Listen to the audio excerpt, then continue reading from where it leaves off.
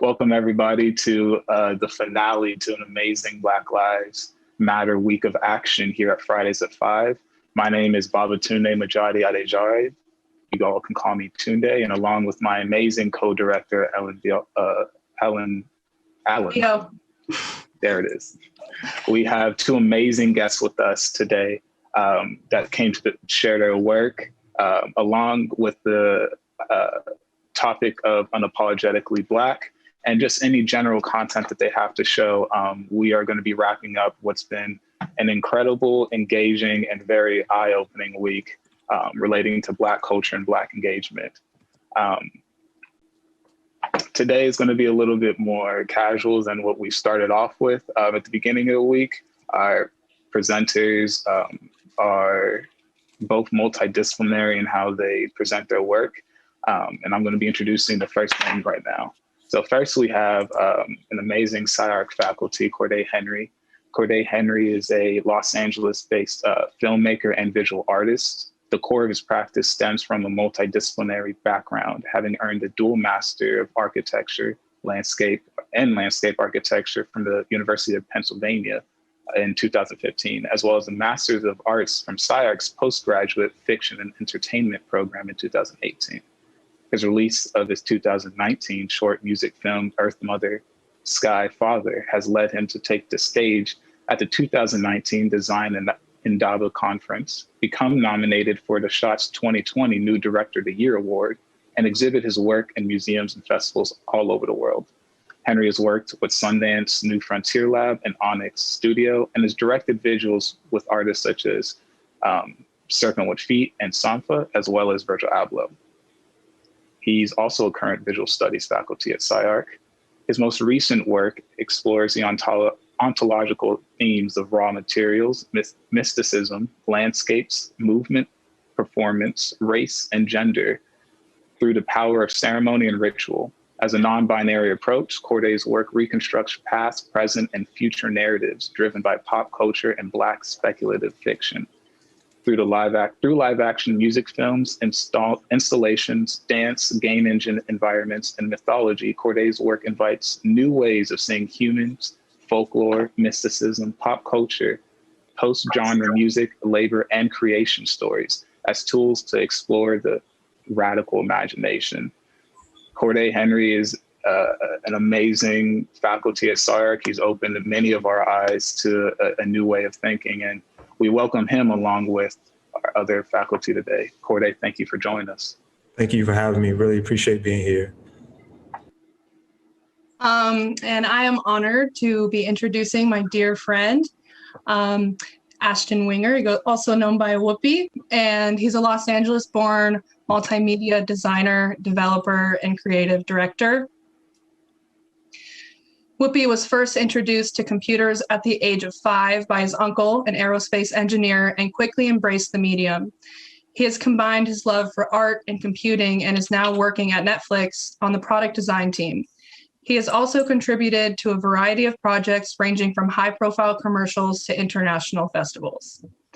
Just to name a few of his artists that he has worked with are Brodinski, Chromeo, Deadmau5, Deep Dish, Diplo, DJ Mustard, Fatboy Slim, Holy Ghost, Jason Bentley, Jane Oko, Cascade, Kendrick Lamar, Laid Back Luke, Macy Gray, Pete Tong, Riff Raff, Snoop Dogg, Tiesto, Toki Monsta,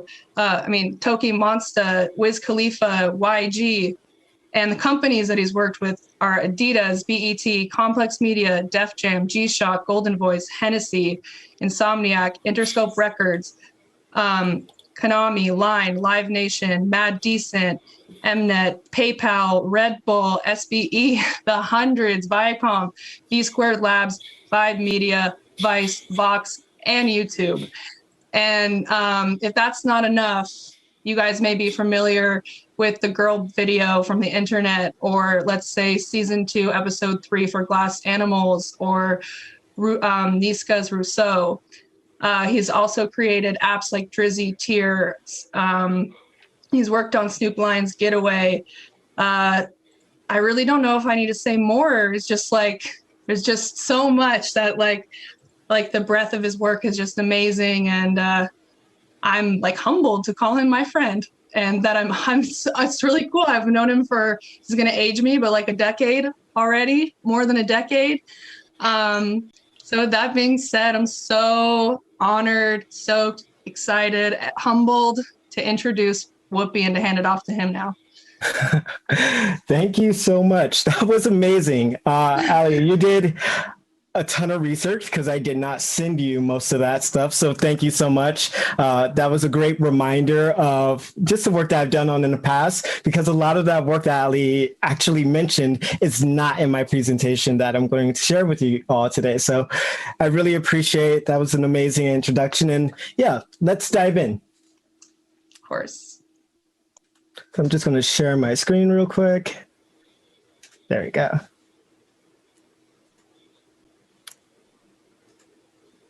Great. Can you all see my screen? Yep. Awesome. So, hey, everyone. Thank you, SCI-Arc. Thank you so much for having me. It's a pleasure to be in front of all of the students, all of the guests that are chiming in and watching the stream. I really do appreciate it. And I'm just honored to really share my projects, my past, and my story with you all. I'm Whoopie. I'm from South Central Los Angeles, born and raised, and I still live here today. Like Allyn mentioned, I'm a motion designer, creative director, developer. Even though I err mostly on the hacker side of things, I kind of just like making things and putting things together, whether I know the medium or not, but I never really hesitate to jump into a new medium. But I really want to start today with the foundation of who I am. And I really want to share the most important part of me that made me who I am today. And that's the kid side of me. I think it's really, really important to never forget who you were as a kid. And I always love to go back to who I was just as a young kid, just super curious, super energetic, also incredibly rebellious, but also just filled with a ton of energy. But this kid went through a lot of phases. This kid was a very ambitious and excited version of himself, of me. But also this kid had a lot of an interesting upbringing. Though I was always interested in arts and film and computers and all that stuff, this kid struggled in so many ways. This kid struggled in school. This kid struggled learning. This kid was a little bit slower to adapt to a classroom setting. But at the same time, this kid was also incredibly curious. And I'm incredibly grateful for this kid. And I starting off the presentation with this guy because, you know, I love to reflect on him. And also I love this kid because I know what he's been through. He knows where I'm at now. And if I could go back and look at this kid and tell him where he's at today, I think his mind would be blown because it wasn't always like this. But let's fast forward. Let's fast forward to when I started to actually work on projects. You know, as a kid, I was interested in film. I was interested in performing arts. I was also interested in music. Music played a big factor into what I am today. And it was really the big transition into everything else that I'm doing now. Because of music, more specifically the rave culture, electro-based music, tech house, and all that stuff, that realm really gave me an opportunity to spark my career. And one of the very early projects that I got to work on was mostly stage design. I was 18 and I had a fake ID, and there's nothing I wanted to do more than to go to different clubs and music festivals. And my fake ID allowed me to do that. Having a fake ID, and now that I'm talking about this and I'm talking to a bunch of college students, Sorry, sorry guys. But having a fake ID, I didn't use it to go out drinking or to do anything. Really, it was mostly to network and to get my foot into the door a bit earlier than you would once I would turn like 21. I used this as a way, as a tool to meet new people who would normally not hang out with an 18-year-old, but to put myself in front of people and to show them what I was interested in and what I could do. So I got myself into these music festivals and into these clubs, and I got myself in front of people. And at that time, I was incredibly interested in, Adobe After Effects, different tools, creating weird abstract art and everything. But I was also really interested in stage design. And Hey, Whoopie. Yeah. I hate to interrupt you, but is it still supposed to be on the slide of you when you're a little boy? Yes, it is. Okay, awesome. Just wanted to double check because Kordae put that in the question, so I just want to make sure. Oh, all good. Thank you, Kordae. I appreciate it. But yeah, so jumping into the whole music realm, I got really involved into creating motion graphics and visual effects. And this kid that was interested in music jumped into working in stage production, lighting design, and music festivals. And that was kind of my first, pretty much my very beginning, that sparked my first career.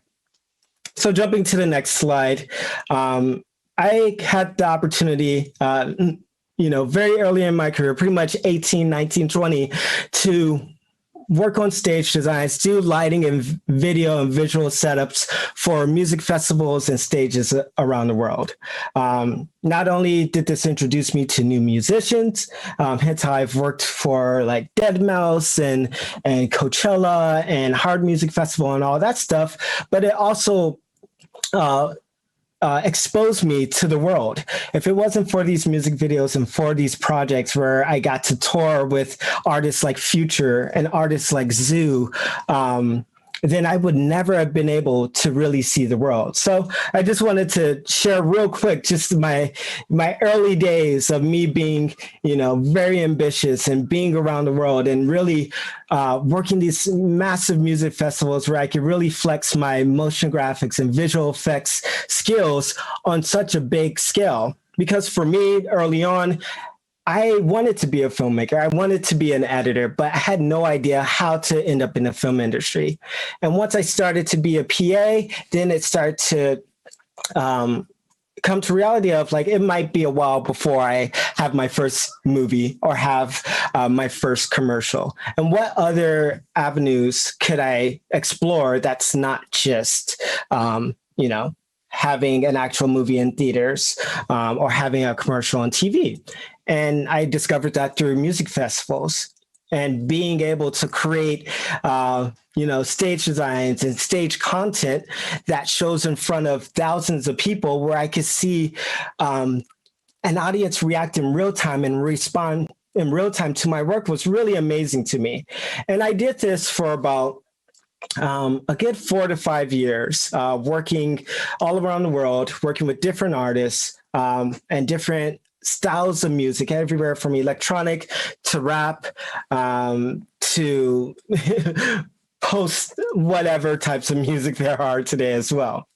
But really, for me, I have always just been curious and I've always just wanted to create more and do as much as possible. And being the nerd that I am, I've always wanted to create an app. So while I was working music festivals and traveling the world, I had this idea to create a really silly game that bridges the gap between tech and entertainment and music. And that was a game where I was like, okay, well, I want to make something that's relevant today, but also something that's just fun and casual for people to play with. And that was a game called Drizzy Tearz. Drizzy Tearz was, this was 2014 or 15, and Drizzy Tearz was the first time I've ever developed an app, actually a game. And it took me 6 months to make, but I was incredibly ambitious. I had quit my job in marketing. And I was doing music festivals at the time, and I knew that music festivals weren't going to be my main thing because I've always wanted to create more stuff with my computer. I always wanted to make software, I always wanted to make apps, and ultimately I always wanted to be in the tech world. But I didn't know how to get in. For me, I didn't have a background in computer science. I didn't go the traditional route, but I've always been a nerd. I've always been incredibly resourceful. So I learned how to make apps. And it took me 6 months to make, but I made this game called Drizzy Tearz. And it's a game where you stop Drake from crying. And I know that this is an incredibly silly idea. And I'm a silly person. I always believe that you should get that really silly idea out. And for me, you know, I was obsessed with Drake at the time. I was obsessed with apps. And I knew that I could create something during this app boom that would really work well with the big audience. And for me, I wanted to create something that resonated with people that hated Drake and that was big for people that loved Drake. And what's the better way than Drizzy Tearz where you could play with Drake's emotions? So I created this app, it took 6 months. And not only did I make an app, but I also created a whole album as well. Because for me, I didn't know how I was going to tell the story of why Drake was crying in this game. And one thing, if you know, for anything that you guys all make, even as artists, you got to have a story behind everything you make. And the story is really the foundation. It's really the meaning of everything that we make, at least for myself. And what better way for me to do that for Drizzy Tearz than to make a 12-track album of songs explaining the whole story of why Drake is crying in this iOS mobile app. And this was massive for me. It was a very silly idea. I collaborated with my brother, who's an actor, but he also creates music on the side, and he also does voice acting as well. And we worked together to create this album. And then I worked with other friends at a label to remix songs and to get it out on Spotify. And the rollout of this ended up going viral. It ended up on big sites like The Verge and TechCrunch and Mashable. And if you Google it today, you will see articles all across the web of how Drizzy Tearz blew up and how people responded to it. And for me, I didn't expect this game to blow up. It was my first app. It was poorly coded. I didn't have a roadmap. I didn't have a user journey. I didn't have a big plan. It was just me and a friend who was helping me out with design. And it was a big risk for me. But risks were very important. It's very important for me and friends and all artists to take a risk. And this was one of the bigger risks that I took to create this game, because I was like, well, if I can create an app, then maybe, just maybe, I could convince one of these tech companies to hire me. And it worked. I ended up, because of Drizzy Tearz, I ended up at this company called Snapchat. And actually, in my interview, I shared Drizzy Tearz, and I used it as leverage to kind of be like, hey, I got this silly game. I'm releasing it in a month. And, you know, this is what I do with my free time. And this is something I'm super passionate about. And that worked. It got me into my first tech company at Snapchat when they were a startup. And that was my first opportunity and my first time really exploring the world of tech, the world that I've always wanted to be in, the world that will allow me to flex different creative muscles in different ways. So starting my job at Snapchat, I worked on a ton of things. I worked on filters, augmented reality stuff. I worked on our content side. You see here, these are a ton of different AR lenses that I worked on for our original content for different shows. So really, my job was kind of innovating in different spaces, but mostly augmented reality.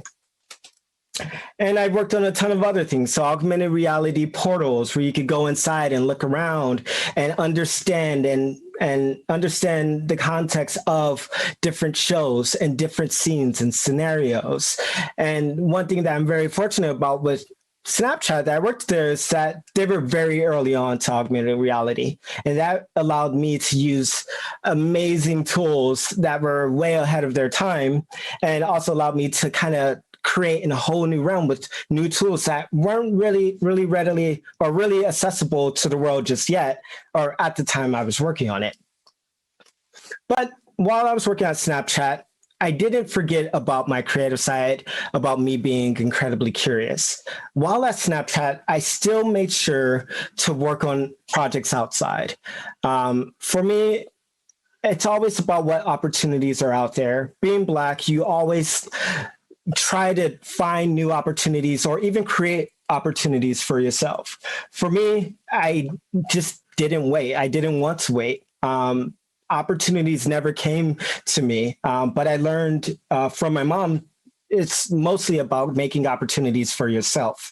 So whether that's, me being obsessed with electronic music and creating stuff on my computers and doing stage designs for music festivals, or me making Drizzy Tearz to get myself to Snapchat, I always just wanted to create, and I didn't want to just stay static. So while at Snapchat, I did work on other projects. And I'm very grateful that I got to work on different projects that weren't just AR things, that weren't just music festival stuff, but I got to step into different mediums. One of those projects being Glass Animals. Glass Animals is a UK band, and they reached out to me to direct their music video for season 2, episode 3. And season 2, episode 3, I pitched them that we should do a half live action, half animated music video. And that pitch actually worked with them, and they loved it. And I got to work with my own crew. I got to work with my own editors and my own team for the very first time. I won't show the music video, but feel free to actually go to YouTube, research it, and you can check out the music video. But this opportunity wasn't just a music video. This opportunity was to actually creative direct their whole campaign for that single. So not only did I create a music video, but I worked with my friend Mike, who's an amazing pixel artist from Ukraine, to create a whole world of their characters. And we got to create album covers in collaboration with Spotify and Tumblr. And they also had me create a music video or a video game based off of their music video.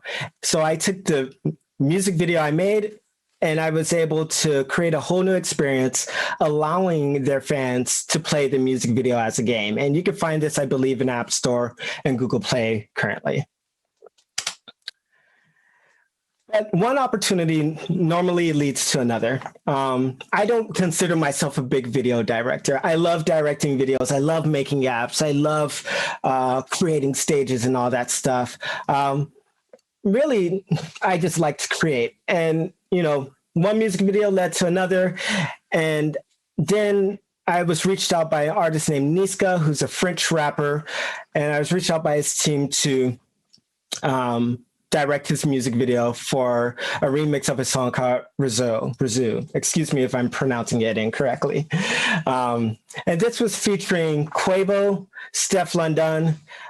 So it was a massive track, and Niska himself who actually created the song. But at the time, I wasn't allowed to I couldn't go to France. Quavo was in ATL, Steph London was in London, and everyone was spread out. So I pitched an animated music video based off a heist. And this was one of my first bigger 3D animated music videos.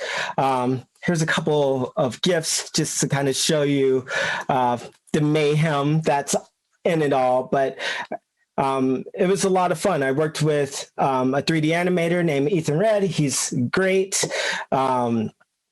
To really kind of pull this story together of Niska being stealing a diamond and working with Steph London to escape, with Quavo helping them out get away from, helicopters, cops, and all that fun stuff. Really a simple story, but even more a visually fun, creative. And really, how can we make something so simple, jam-packed, with action, with explosions, with, with swag for the most part. And you can also check this out on YouTube. I think I'm running low on time, so I'm just going to keep on pushing through. One of the last projects I'm going to share with you guys is a project called Whoop This Arcade. Whoop This, I'm sure that you guys can kind of see how one project has led to another, because there's certain styles, there's certain themes as well that people come to me for, whether that's more video games or something more interactive or something more out of the box, like, a 3D animated music video. But Vans, the footwear company, reached out to me, and they reached out and they're like, hey, we would love to do a gallery with you. We don't know what you could do, but we love to do something in our gallery space in London. So I pitched them this idea of Whoop This Arcade. It was a very ambitious idea, but it would be me creating about 6 arcade cabinets with about 3 custom games on them. And people would be allowed to come into the gallery, see these arcade cabinets presented as art, and actually be able to play with the art, play with the game as well. Well, once this project got approved, I only had 2 months to make it. But this is 2 months not only to make a game, but to build the cabinets, to build these fun cabinets, to do the electrical engineering. I used a single board computer called a Latte Panda because I needed to be able to compile a game from Unity and run it on a Windows-based chip instead of using something like a Raspberry Pi that doesn't support Unity games. So I sourced all my single board computers, which is Latte Panda. I did all the electrical engineering, the painting, the lighting, and then shipped it all off to London. I also worked with, a second developer and my friend Mike again to really put this together, because really collaboration is key. And I knew I wasn't going to be able to do this alone in 2 months. So after shipping, actually, and this is the game side of it as well. There's 3 different games based in Los Angeles, London, and Tokyo. And it's actually a rhythm game, so similar to DDR. I would say a mix of DDR and Tony Hawk Pro Skater, because I'm a huge fan of music and games and music games. And you can always find me in an arcade playing DDR. So the launch in London was massive. It was my probably second time being in London. I didn't really know anyone, but I had my first gallery ever, and it was in collaborations with Vans and with these arcades that just were spread across the space where people could actually play with it and take pictures with it and all that stuff. But it was a massive hit. The gallery was up for a month and a half. In the winter, it was incredibly cold. I did not know how to prepare for the winter in London. As you see in the top left corner, I'm literally just wearing a sweatshirt. But this was a big learning point for me because I'm born and raised in South Central LA. I still live here. I'm down the street from Crenshaw. And for me to make it, not only me, but also my work to make it all the way to London for people who I don't even know, who I've never even met, to interact with my work and to see it and be really excited for it was amazing. Was amazing to me, especially as someone who, for the most part, didn't really expect themselves to get out of this neighborhood, didn't really expect themselves to even be in front of people sharing the work that I have. So this project actually led to one big thing. This project was, I shared it across all my social media platforms, shared it on LinkedIn, and probably 3 months after this event, Netflix reached out to me. And mind you, while these projects are going on, I'm still working at Snapchat, by the way. I'm still doing these side projects like the music videos I did, this gallery I did, creating all these game cabinets. I'm still working at Snapchat during that time. So I would get off work from 8 to about 3 a.m. I would be working on my side projects, which were the music videos and this as well. So please keep that in mind. So 3 months after this gallery, a big company reached out to see if I would be interested in a position there. I have been at Snapchat for about 3.5 years, and I was ready for a shift. I wasn't actually ready to leave the tech world and to go freelance. I wanted to stay in tech because I know no matter what job I go to next, I would still do all my fun side projects. But this project actually led to Netflix reaching out to me and me getting a job at Netflix. And I've been there for about 2 years now. I work on the product design team, working on new features for the mobile app, for web, for kids and family, for so many different areas that you all experience today. And being a product designer, you have to think about the world. You have to think about not only the business, but also the users. And you have to have different perspectives. And really, it's exciting to me because I love creating things and I love creating new experience for people around the world. And it's interesting because being a younger creative, I wanted to be in the film world. I wanted to create movies for people. But ultimately, I wanted to get my work in front of as many people as possible. But through my side work, my personal projects, and also the work that I did at Snapchat, and also the work that I'm currently doing at Netflix, my work is now getting in front of millions, billions of people.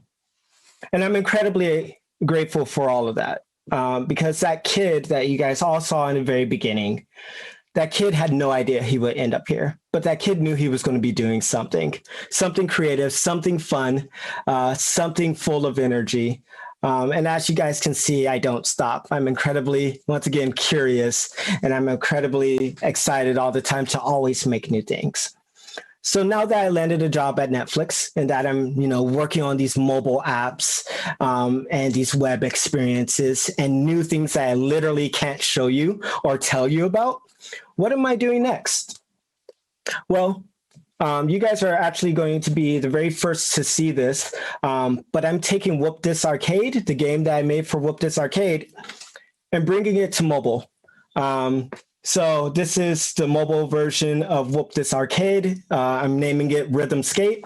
But yeah, Rhythm Skate is a hyper-casual rhythm skate game. But the exciting thing about this is that it's community-based. So this isn't a skate game where you have a ton of pro skaters or music from, top 20 artists or, skins from, a ton of brands, but this is a game that pulls characters and pulls music from indie skaters, or excuse me, non-pro skaters and indie musicians as well, to incorporate them into the game. And each level will be based off of different communities, different neighborhoods, and incorporating those people into the game in real time. And not only will, your community skater will be involved in the game, but they'll also be compensated for being in the game. So one of the first skaters that I have in the game is my good friend Eunice Kim. She's from LA. She's up and coming. She's not pro, but she does have a community impact. She loves skating. She's a web dev during the day, but a skater at night. And you can find her skating all around Los Angeles. And it was important for me to find someone who's very community oriented to be in a game, as well as I'll be, like I said, collaborating with musicians from Los Angeles or from New York or from communities all around to be a part of this game as well. Because I'm tired of playing games where it's just, pro games, whether it's FIFA or Madden or NBA 2K. And it's like, yeah, I love playing with LeBron or any pro athlete, but I would love to play with my friends. So that's then what I'm doing next with this project. And of course, this is something that I'm working on the side as I navigate my job at Netflix and all that stuff. And yeah, that's it. Hopefully I didn't go overboard on time. I can't see my clock, but I just want to thank you guys so much for allowing me to reflect, allowing me to share a ton of stuff, and allowing me to just ramble as much as possible. Yeah, thank you. You actually have some more time. I noticed that you're not at all. I could talk more. Whoopie, look. These were from the Glass Animals party. Oh right. They were like up on my wall, and as you showed That's wild. And then the reason why I was like over there looking through my clothes was I had to find this. Wow. So me and Glass Animals, we did a big party in collaboration with Spotify and Tumblr, and they allowed me to kind of creative direct the whole experience. I brought in all the characters that you saw, the characters, did all the projection mapping, had games in there and everything. And yeah, as Ali is showing now, we had a lot of like fun tattoos and stickers and albums to take from that experience and as well. Yeah, I was so proud of you that night. Like, it was so cool because I love that video and like all the 8-bit stuff and the music video. And then like, it was so funny to see like all of the characters up on the stage together, like real life versions. Like, it was amazing. Yeah, I mean, I'll riff on that project a bit, and I'll actually go back to it. Weren't they characters that they knew, like they were like made up from their life or something like that? Yeah, it was characters made up from the life that they experienced from touring and all that stuff, and really just they kind of just incorporated them within their album. But this project, and also a lot of the music video projects that I've done, a lot of it's with artists from Europe. And it's really interesting because there's only so many artists that I've worked with in America, but like these bigger projects like Glass Animals and also Niska, like from France, Glass Animals is from London. Vans was also a London project. That gallery was in London. And I always find it interesting how, myself, a kid from South Central, was able to kind of take that work and really, catch the attention of artists overseas.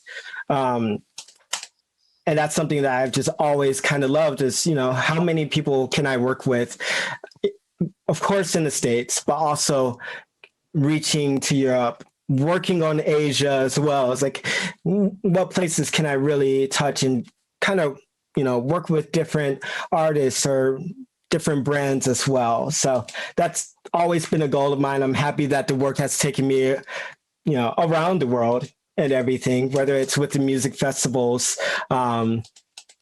or even with the music videos. It's just trying to sprinkle my work as many places as possible. It's really cool to see all of your work together. It's really awesome. You have such an amazing catalog of work. Thank you. And that Rousseau, the Nisa video is like insane. It's so good. And Not to Fall, she was speaking earlier, that's like one of her favorite music videos. She like, oh my God. And like the internet too, she was like, I can't believe, oh my God. She like kept talking about it, like looking through your portfolio on your Whoop This website. Yeah, I mean, there's a lot of things I did include. There's, the work that I've done for the internet. The funny thing about the internet is that I went to high school with Sid. We both went to Hamilton High, and we still chat all the time. But she reached out, and she's like, "Hey, can you come over to my house so we could chat about our new song coming out and the music video? I would love for you to do visual effects for our music video." And yeah, I mean, it's really funny being born in LA and having like small little opportunities because you grow up with kids who are now literally stars now, who are big artists and who are also impactful artists now, especially like I went to a performing arts school. So there's a ton of kids who are now just like killing it in music, in acting, in directing as well. yeah, a little bit of everything for the most part. And you made all of these boxes just like in your home studio. I see your dog. Yeah, this is literally this office. And this office used to be also my bedroom, but I moved my bedroom to a different room. Yeah, so this was a very rough time because I was in the middle of a sprint at Snapchat. We were working on just like new things, I believe. And I had to literally take a 30-minute nap and then jump into this work. And that was my life for a month and a half to 2 months of just, working, nap, freelance work. And for me, it's like, yes, like I made it into tech, but I always just want to keep on exploring. I think that's something that's really important. Even though you might land that really cool job or that really amazing opportunity that you've always wanted, I think it's important to keep on exploring because it doesn't end there. That job, that job could fire you, or that business could go under, or you might burn out from that job.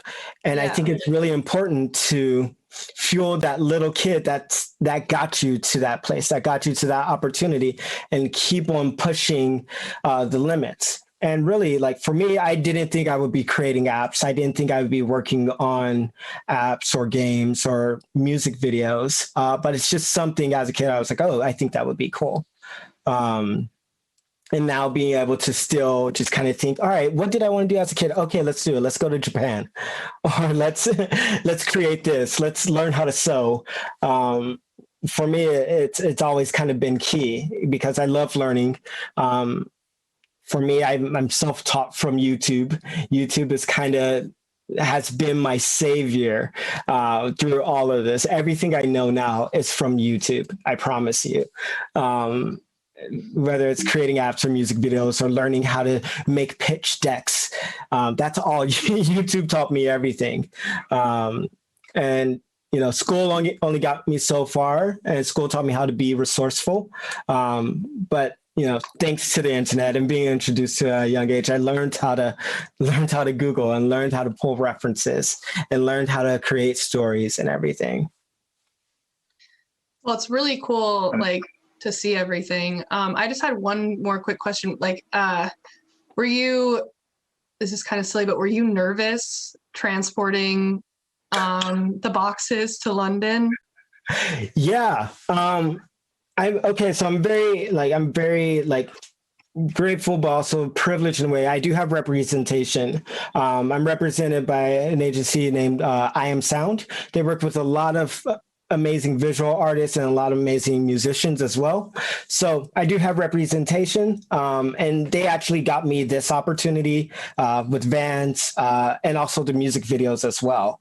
But they helped me a lot with the small things like that, like transporting my arcade cabinets to London, because I didn't know how to do any of that stuff. Yeah. I had a budget, but I didn't know how to use it for taking my work from South Central to London. So they did help with that. And that's one of the things to keep in mind as you start to partner with agencies or as you get representation, or it's like, what can you help me out with? Because when I Am Sound reached out to me and they're like, hey, we want to represent you, pitch you for different projects, I didn't know what that meant at all. I didn't know what any of that meant. And I was just like, okay, sure, let's do it. I'm starting this new job at Snapchat, but I'm open to new projects and being represented. It sounds cool, but it's, most of the time it doesn't work out. But with I Am Sound, it did work out. I've been working with them for about 5 to 6 years, and they've been incredible to work with. They help me out. They streamline everything. So if I need to ship things out to London, they handle that. They handle communication with clients, getting money. One of the big problems now as an artist is like, okay, how can I make sure that I get paid? I'm doing these really big scale projects. How do I get paid and make sure I get paid in time? And that's one of the things that they also help me out with. So shout out to I Am Sound. They've been amazing. And it's been a great 6 years working with them on projects like music videos and installations and galleries. Awesome. Well, thank you so much for sharing. Students and everybody in the live stream chat, we're going to have questions for both Whoopi and Kordae at the end of the presentation, so please hold on to them. And now I will pass it off to Kordae Henry. The screen is yours. Thanks so much. Whoopi, that's an incredible presentation. I have so many questions for you, so hopefully we'll get to some of those at the end. But let me go ahead and share my screen here.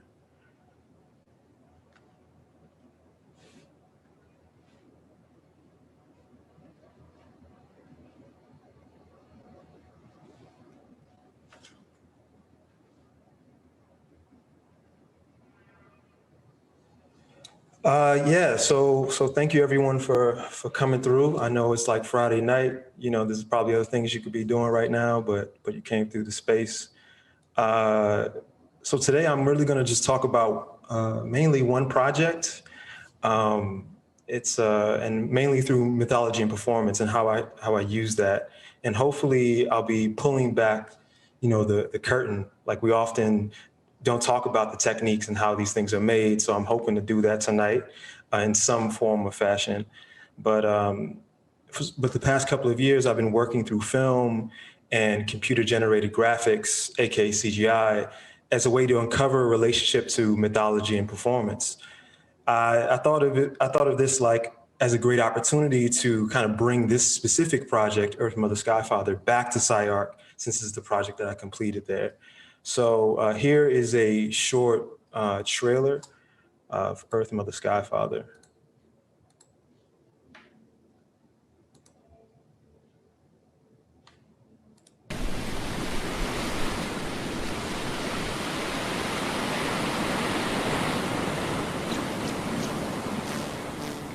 Midnight strikes.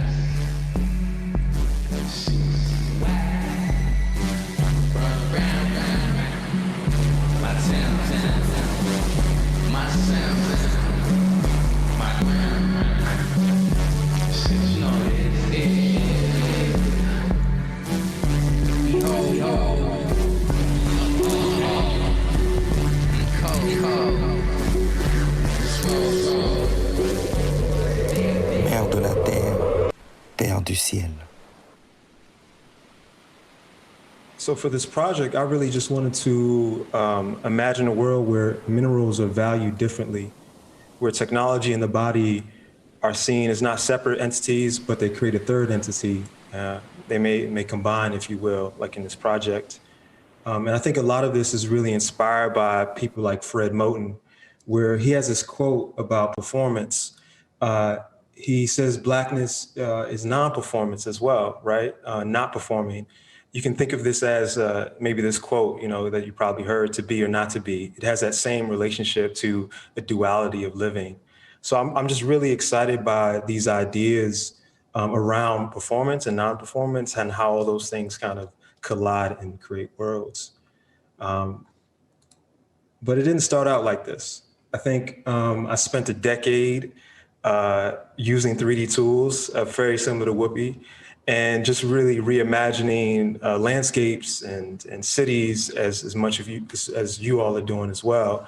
But after working in architecture for like 2 years in a nonprofit architecture firm, I really discovered that the narrative was really, really important to me. Like the telling stories seemed like the architecture that I wanted to be in. So I decided to head back to SCI-Arc, which you're kind of seeing here, where I then had the opportunity to make this film. And now I'm just trying to practice as an artist, I guess, and define what that means for myself. But before that, I was working on this project, which is the first memorial to lynching in America, where countless names are etched on these columns that hang above you. You walk through these corridors and you can basically kind of get a glimpse of some of the atrocities that we have to deal with as the history of America, as the story of America. So again, I was really, you can see Oprah walking through this space. So, but I was really excited to work on this after graduating. You know, it was like a really meaningful project for me. And if you haven't checked out this project, it's in Montgomery, Alabama. Brian Stevenson is a client. He's basically a lawyer who gets wrongfully convicted felons off of death row. So it's such a radical project for a lawyer to envision a building that hopefully would transform our relationship to America. I really took this idea and was really into this idea of just radical thinking, and really been coining speculative filmmaking is Black cinema. It's Black cinema, that's what it is. And I've been working in a way to try to connect a lot of my ideas to Black cinema. And so a lot of my work involves non-seek sound, direct portraits, things that challenge the spirit, magical realism, futurism, fables, all these kind of ideas that are maybe not as traditional as we see in films, as a way to kind of break the mold of what we always see.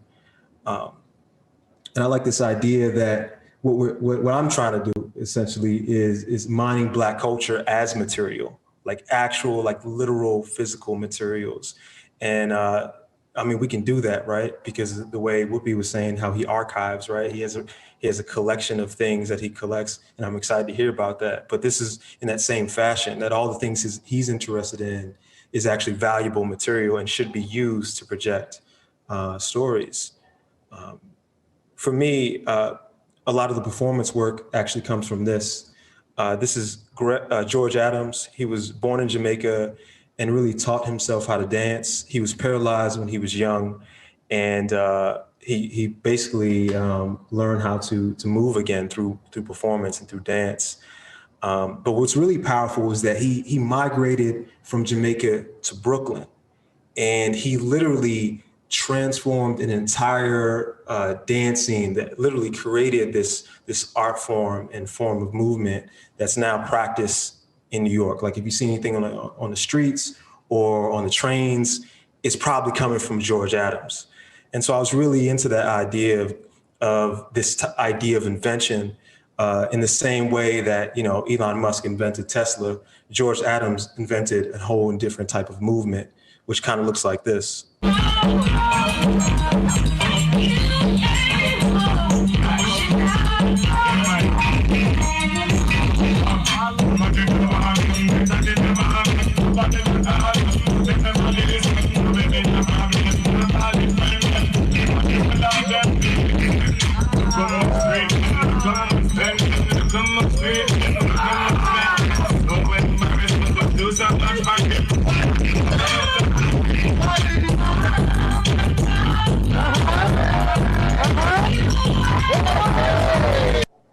Again, just this radical way of living. I'm really interested in that. And it then connects me to this quote by Arthur Jaffa: "Black bodies are densely mythogenic, objects laid with fiction produced by others."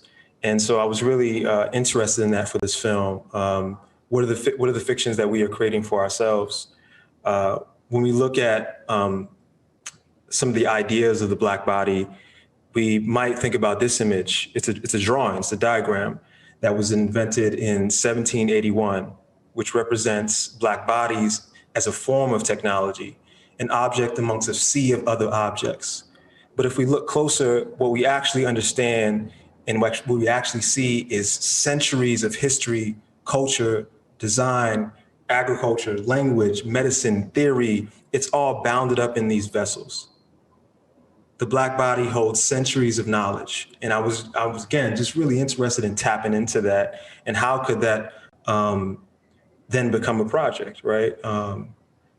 And I think this is probably describes what I do the best, collapsing a waveform. If you think of sound and a sound wave and how it moves, it's basically two moments in time, right? And then how do you collapse those two moments? How do you reach back in time to then pull it to the future? This was a quote or statement invented by Shari. She's director of the New Frontier Lab at Sundance. So shout out to Shari for giving me this nugget right here. But I'm really interested in that relationship. What happens when two things collide? You end up making a third thing, like this.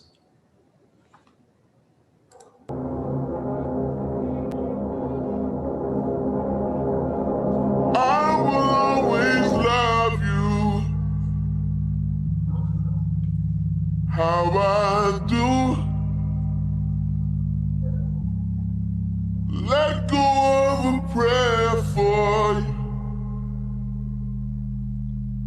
Just a sweet word. The table is prepared for you.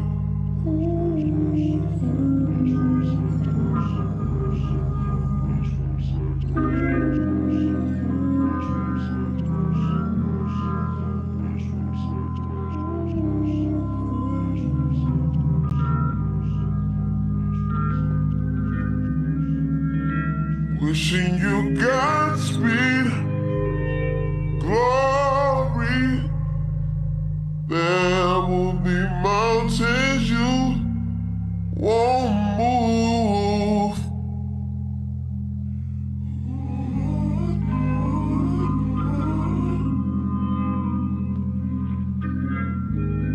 Still, I'll always be there for you.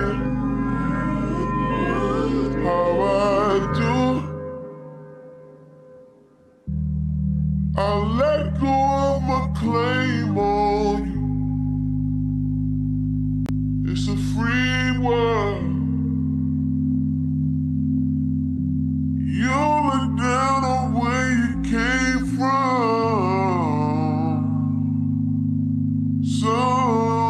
Sometimes, but you'll have this place to call home. So I'm going to speak a little bit about process, at least the process that I go through.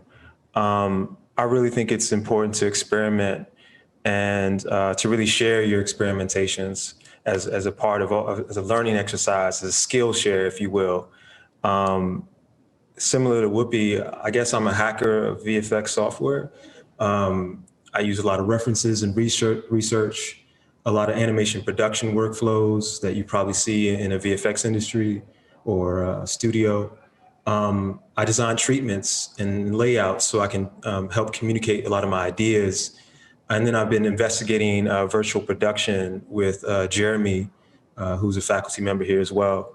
I think a lot of this comes from this idea, the Sankofa bird that we're looking at. It's a bird that's found in Ghana, and really it's this symbol really means you're reaching back and you're kind of going back into history to discover your future. And I think it's just such a powerful symbol.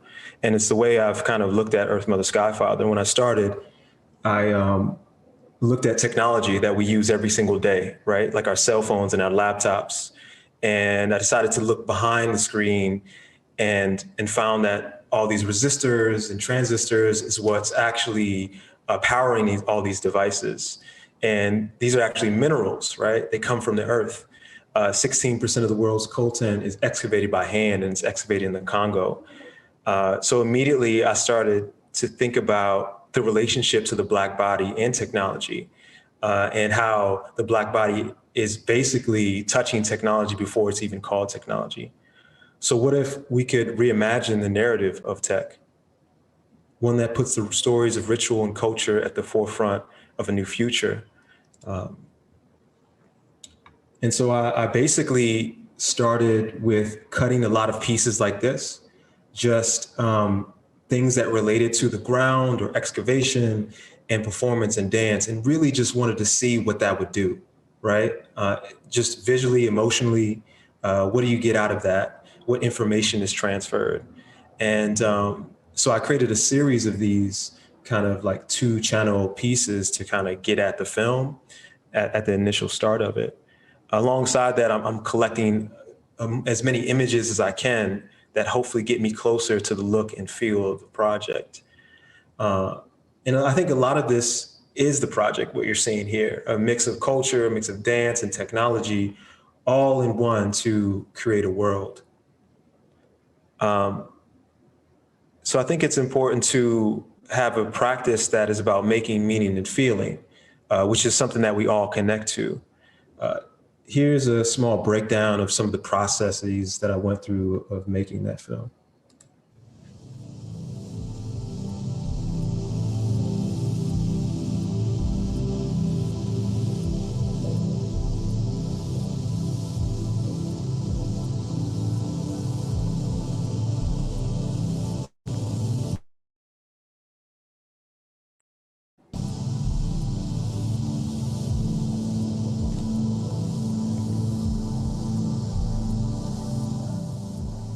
So not to get too techie, but we're looking at some 2D software that helps you composite 3D and 2D all into one. It's usually like the last step of when you're making one shot.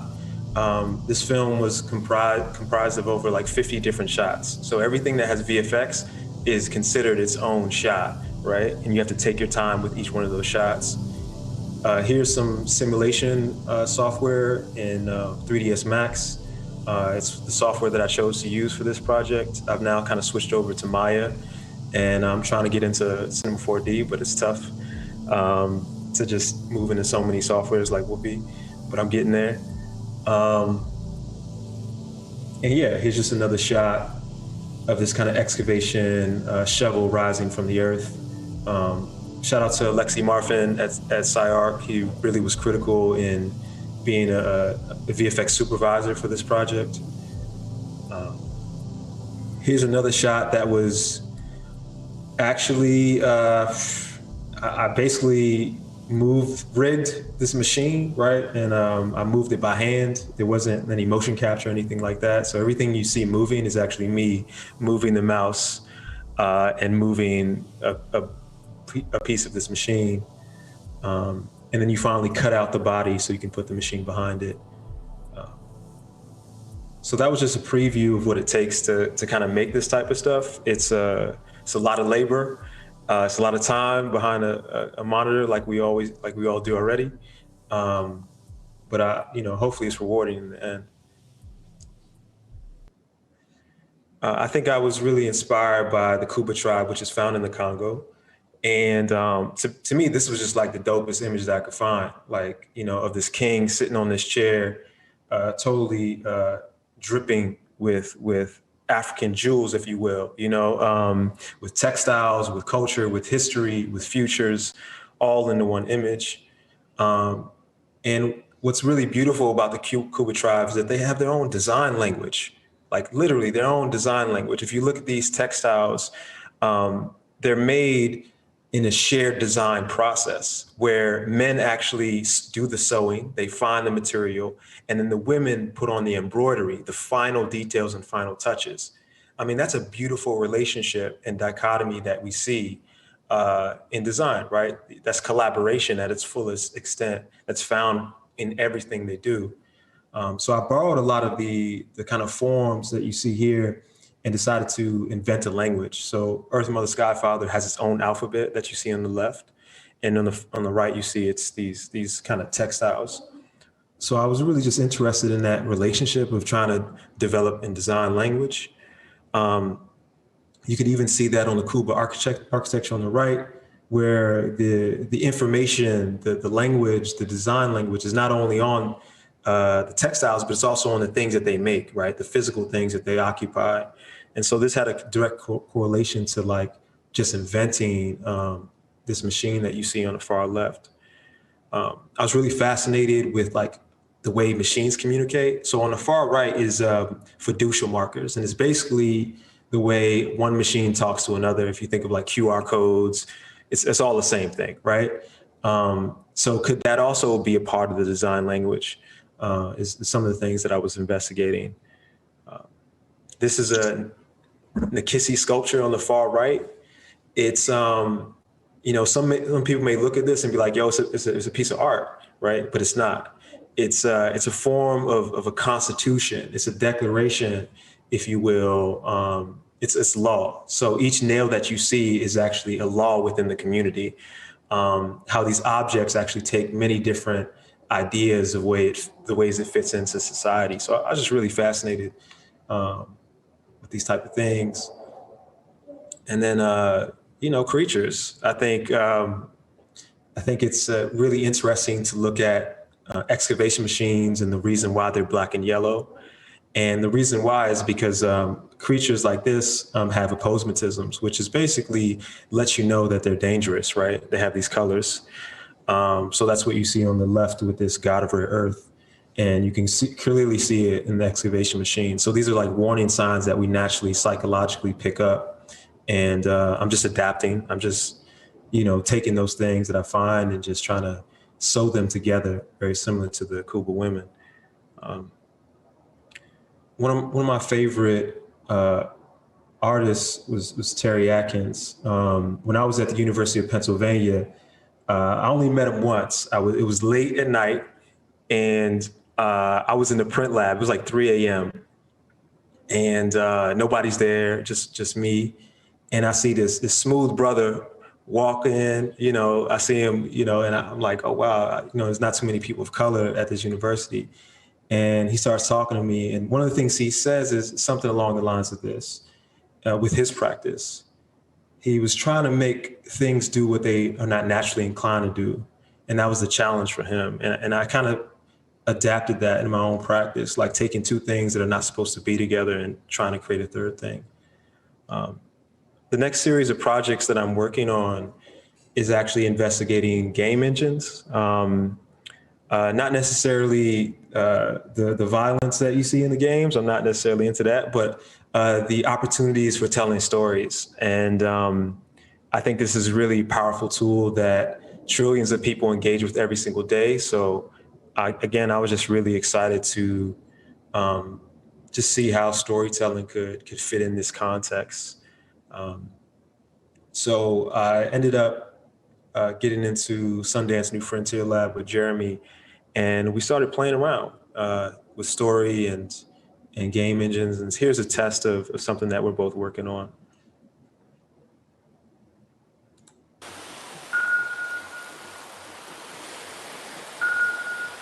More than anything, I feel just blessed to be able to be doing what I do and to be alive and experience it and hopefully share that enthusiasm and joy that I feel. This is for my favorite band, the Human Beings. The faithful, the graceful, the tragic, and the classic. The evidence of things unseen, the book of light. The mansions of the moon. The bones of Fir'aun. Recently discovered and everything but new. The doubts about it never made it untrue. Life, the gift. Peace after pressure. Can't remember how you came and wouldn't bet on how you'll exit from the start. The only thing certain is the end. Promise to all and none know not when. Heartbreak from yesterday's and fret for tomorrow. I leave today filled with anxiety and hollow. If you pray, don't worry. If you worry, don't pray. I got that from Umi. It's a poem I heard it say. From the tall palace walls to the mean teeth streets, I hope you get what you want and that you want what you need. Amen. So much beauty we forget to be reminded that you can be anywhere and find it. So much beauty we forget, then get reminded that you can be anywhere, everywhere, and find it. So yeah, I think there's a clear connection with this project, but the body's relationship to technology, right? And I think what game engines provide is just a real-time feedback that you might not necessarily get when you're working in traditional animation workflows. So this was supposed to be like a live show. Right now we're all in the panini together, right? So we'll see how far that goes for a live show. But it's definitely something Jeremy and I are still working on and hopefully continue to develop throughout the year. If you don't know about virtual production, I think Hellblade is one game that you can definitely check out, where they did this like live test demo with these actors wearing these motion capture suits and facial recognition kind of cameras, and they're doing it live. Like it's not like,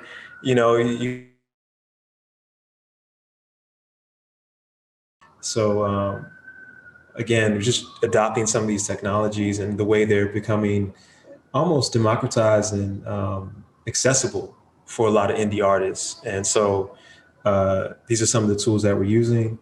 If you ever checked out Mandalorian, they're also using another form of virtual production where they're using these LED screens that are projecting this game engine, right, on all these screens. So it's like you can build an entire world without even leaving your bedroom. That's the type of stuff that I'm into. So definitely using some of these production workflows for this project is kind of critical. I really don't have much left here. I can read something. I can read some words by Adejare, Please. which I think is really, really important, especially in Whoopi's work. And I would love for him to hear this. So here we go. What is now needed is an expanded, heterogeneous range of complex portrayals of Black men and women that transcends the one-dimensional positive, negative characteristics usually contained within Hollywood's formulaic narrative and its common strategy for representing Blackness that is channeling most Black talent in film production into the genres of comedy and the ghetto action figure. We must now proceed to fill the empty space in representation with movies about the deeply complicated and brilliant Black men that populate the African-American narrative tradition, but that tradition expressed is signified as barbershop reminiscences, street corner stories, or literary production. Where are the films transposing the brilliant novels of such authors like Ralph Ellison, James Baldwin, Toni Morrison, Richard Wright, John Edgar Whitman, Tony K. Bambera, Ishmael Reed? At the same time, we must bust out of the film industry genre traps by demanding, making, and consuming a broader range of Black films. We need, in other words, to fill representation's empty space with many more Black dramas, family films, films with Black men and women loving in loving relationships, but also with science fiction and horror films and dramatic transcriptions of Black intellectual and political culture and African-American history. That is my presentation. Thanks, y'all. I really appreciate it. And I'm excited for the discussion. Thank you so much, Kordae. That was an amazing presentation. I know I have hella questions for both of y'all. I'm not gonna take up all the time with just me speaking though. For the students and faculty that want to ask questions in the chat, please drop your name in the chat and I will go in order, just call on people so that you can just speak your own question. In the meantime, I'm going to ask a question that I had, and I'm going to jump to something that Natu said, because I think it's general enough. Actually, well, no, I'll ask my question now.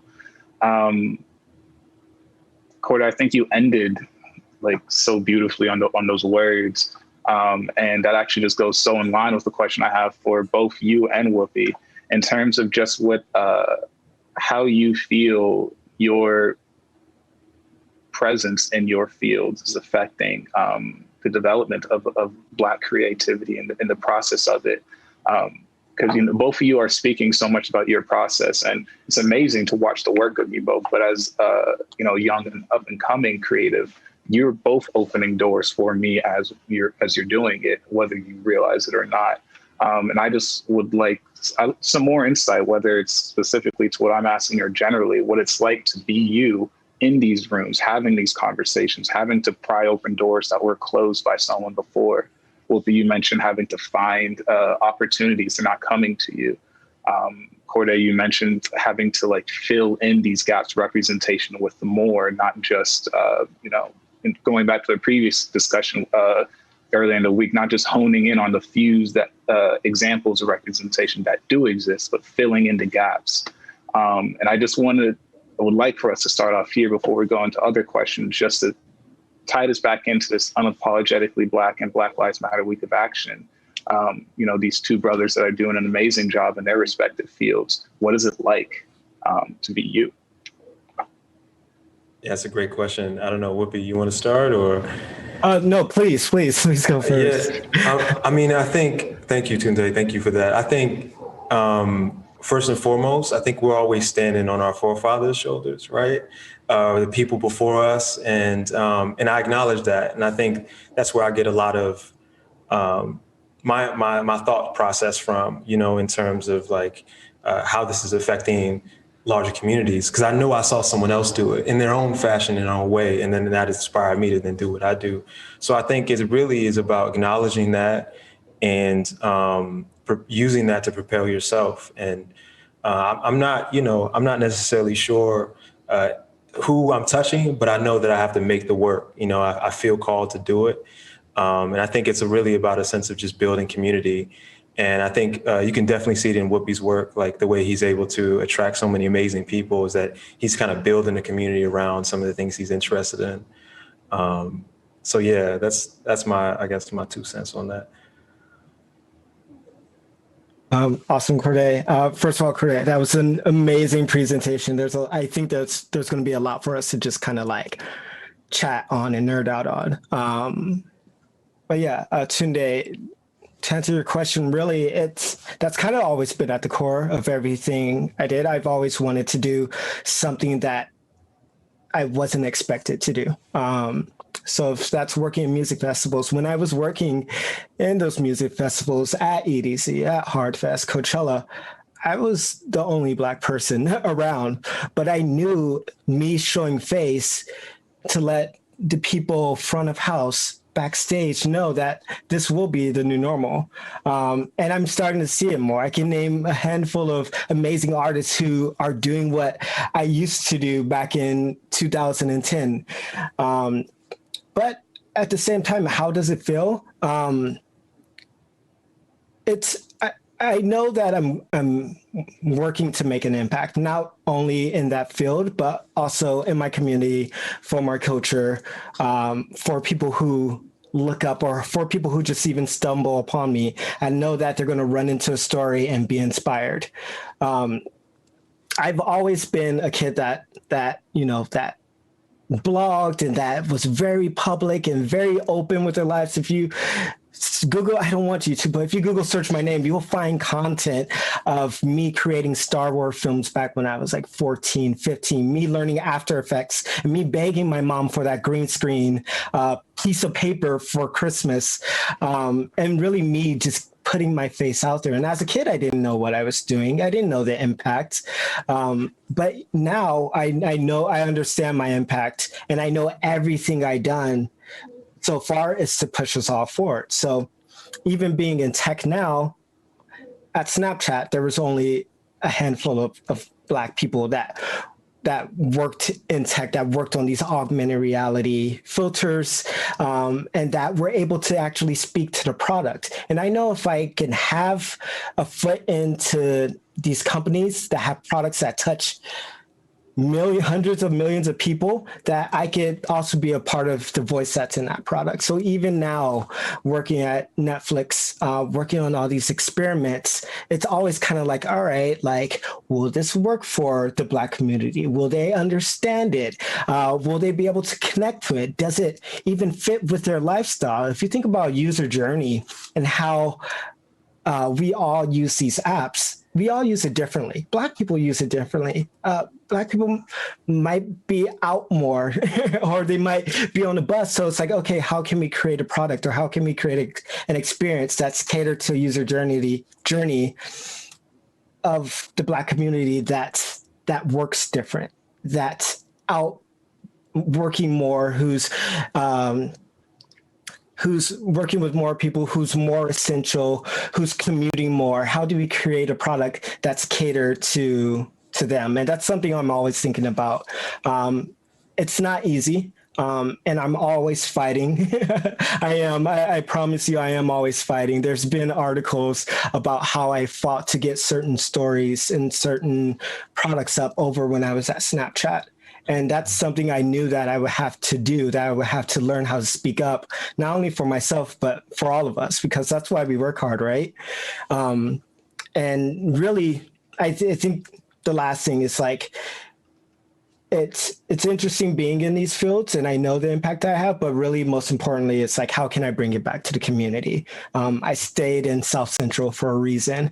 I can get out of here. I can afford a place in Culver City or on the West Side, but I choose to be here because I want to make sure that I'm never disconnected from the community. And when I drive out to Netflix every morning, not anymore, but when I drive out to Netflix or when I fly up north to meet with engineers, that I always come back home and that I always understand where I come from and that I can bring my learnings back. So it's jarring, but at the same time, it's inspiring because I know whatever I learn, I'll be able to bring back here to home. Yeah, and it just reminds me of like the way Bradford Young works, the cinematographer, and what you're saying, Whoopi, is about intentions. Like the intention. What are your intentions in the work? And it sounds like, you know, Whoopi, you're that's what your guide is. You know, it's how does this feed back into the community? And for me, it's like, you know, I'm making a lot of these things with Black folks, and I'm like, that's the intention. That's my route, and I'm guessing that a lot of those things just kind of touch those communities, right? Our communities. Through that process of just having intention. So, yeah. Yeah, absolutely. I think one thing, Toni Morrison said it really well. She goes, I tell my students, when you get these jobs that you have been so brilliantly trained for, just remember that your real jobs is that if you're free, you need to free somebody else. And that always stuck with me. It's like you always have to go back and free someone else. If you have some power, then your job is to empower somebody else. And that's always, no matter what I do, no matter what we do, and I see it in your work as well, Kordae, whether it's, you know, learning 3D, collaborating with others, it's like you're still learning and bringing it back. Yeah.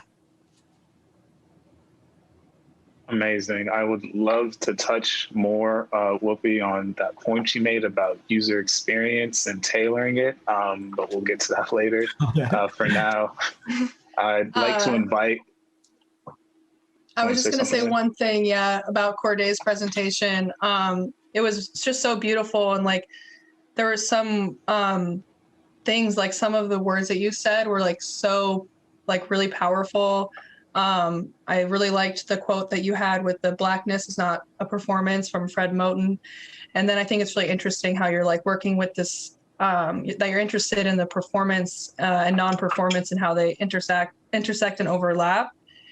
And then as well, just like, I think that it's kind of interesting the way that you're like making the comparison between a creature and technology, and how there's like,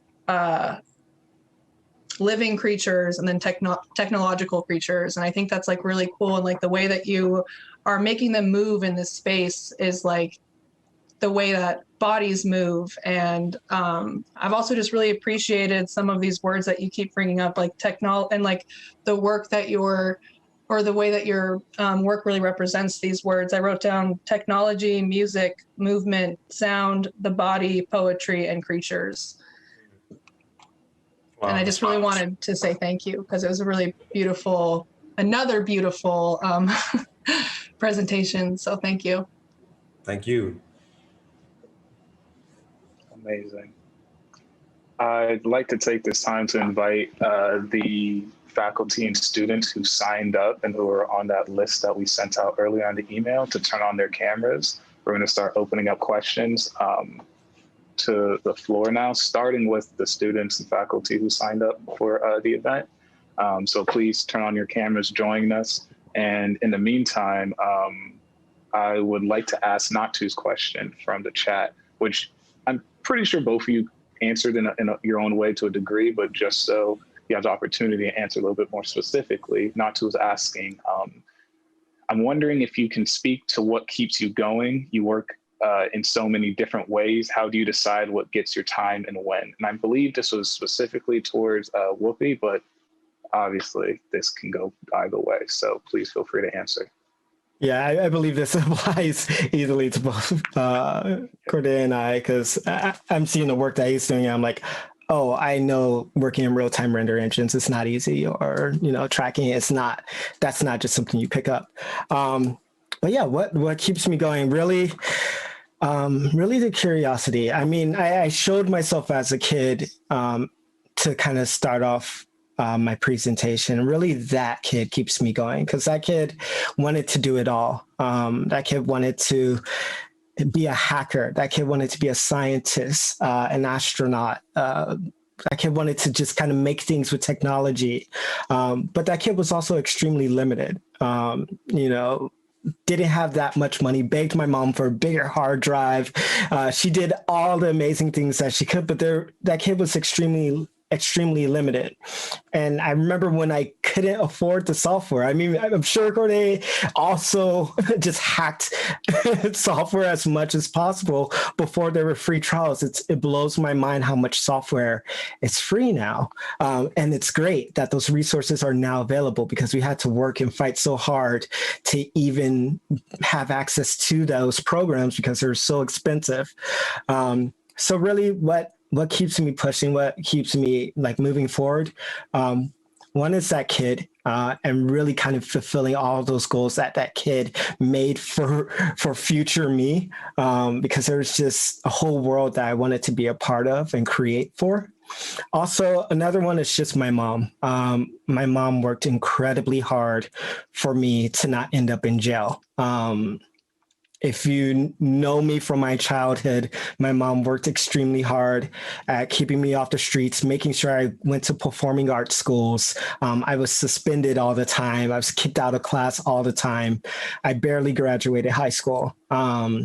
So really a lot of this I do for my mom. The creative side is the kid, the drive to keep on pushing where I could barely stay awake, or when I'm frustrated with a project, or when I need to attend the 10th meeting of the day at Netflix. That's my mom. That's my mom pushing me, and me remembering that she really pushed for me to make it to where I am today. Shout out to all the mothers in the world. Shout out. Big shout out. You know, my mother bought me my first camera, you know, and that was so important to me. Like, you know, I didn't have money for a camera. I didn't know where I was going to get it, but she was like my first backer. You know, if Whoopie has representation, my mother's my representation. So, you know, I think for me, what keeps me going is very similar to Whoopie. I think it's just interest and passion. Like I'm just passionate about it. You know, like if you're not passionate about something, you shouldn't be doing it. Like just flat out. Like it's just not for you, and it's okay. It's totally okay. But for me, you know, I mean, I just love what I do, and really inspired by individuals like Whoopie and the community that are making things. And I think it's really all a feedback loop, right? We're all responding and speaking to each other. So a lot of that is what at least keeps me going, is by just, you know, being around other creatives and just being in the process. Amazing. Those were two amazing answers. And just because I'm going to take this moment to shout out my mom as well. It just came to mind. I don't know why. I'm sure I know why, but it just came to mind that like, it was because of her that I even applied to SCI-Arc, that I believed in myself enough to come to this school. So I didn't think I was good enough to show up here. And I remember being on the phone when I was going to transfer, and she was like, where do you want to go? Okay, go, you can do it. Anything you want, you can do it. So I just want to take that time to shout out my mom for allowing me to be here. Same. Shout out to moms. Shout out, Mom. Yeah. That's the same reason I'm at SCI-Arc too. My mom was like, that's where you want to be? What are you doing? That's where you, and then she went, she goes, you belong here. Shout out to all moms. There's some moms on the call right here. So we love you, moms. Anna and Jackie. I would like to pass it off to our first student question. Ghanem, take it away, man. Oh, I would like to just point out that I really, really loved both of the presentations, and I really appreciate that you, Whoopie, are here today, and you as well, Kordae. And to begin with, I have this question, which goes as this. Tools are what we use to transform a medium or material. An accessory is used to clamp, hold, or support. And the instruments are used to guide the tool. What was the most powerful tool, accessory, or instrument that you have used as a creator and as a curator in the digital world? That's a good question. Yeah, I'm like, I'm gonna paste it in the chat so you guys can have it there as well. Thank you. Yeah, I know. I was like, this is such a good question. YouTube is the best tool. Like, I mean, it's one of the best teachers, I think, of this generation. Like, I think YouTube has been my guiding light when I need something to watch and just enjoy, or when I need to learn something, or when I need to vent. I think, if we're speaking about tools, I think YouTube is a great tool. Yeah, I couldn't have said it better. YouTube has been literally my teacher. We were raised by the internet, and that literally was the main thing that taught me everything. But if I were to pick something else, I would have to say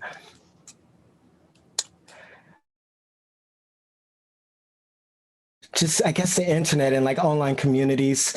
I think they've opened up more of this world than anything, whether that's like how to hack a software, or how to actually learn how to composite in Nuke. Like I was looking at At.Kordae stuff and I was just like, oh, is that Nuke? Is he using node base? Like, it's crazy. When did you learn that? Because I went to like a visual effects studio and like had to learn that stuff. And it's just like, I didn't learn it there, but I had to go to these forums, these very underground pirate forums to literally learn these tools, complex tools that At.Kordae was using. But that was all thanks to the very generous and random anonymous people in the forums. So yeah, really internet and going deeper, the forums. Yeah, I think also music. I don't know. I'm reading too, and I'm just reading other things into it. But music is such a powerful tool. I think I can't do anything without music. A lot of the work that I do is cut to music. If I'm designing even the space, it's the music. There's some interesting relationship to making and music, which you can clearly see in Whoopie's work as well. So music definitely is another tool. Amazing. And actually, I was asked to spitfire the next two questions. The first one is to the both of you. It goes as, the photograph has always been used as an instrument to invoke thought and persuasion. What image invoked the thought and persuasion that developed the person that I am currently talking to? And the second question is to you, At.Kordae, specifically, which is that you seem to be interested in movement and flow and delicate choreographies. How did that come about? Okay, so I'll just jump into like these are amazing questions. Right?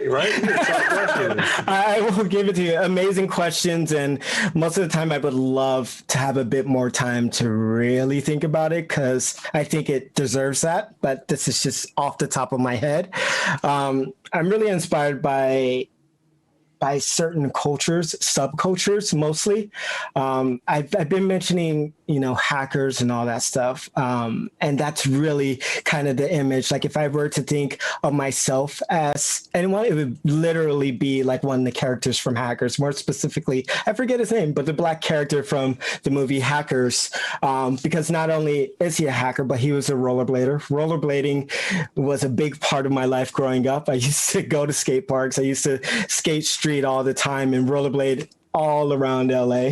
But after that, I would spend time hacking Yahoo accounts and creating hundreds of Yahoo bots to hack accounts and compromise different Yahoo accounts and AIM accounts, and creating spoof MySpace accounts and everything. So if anything, it would be kind of like the cover art or the character from Hackers that I would connect myself with as I look at myself as like, yeah, you're a hacker, bro, now.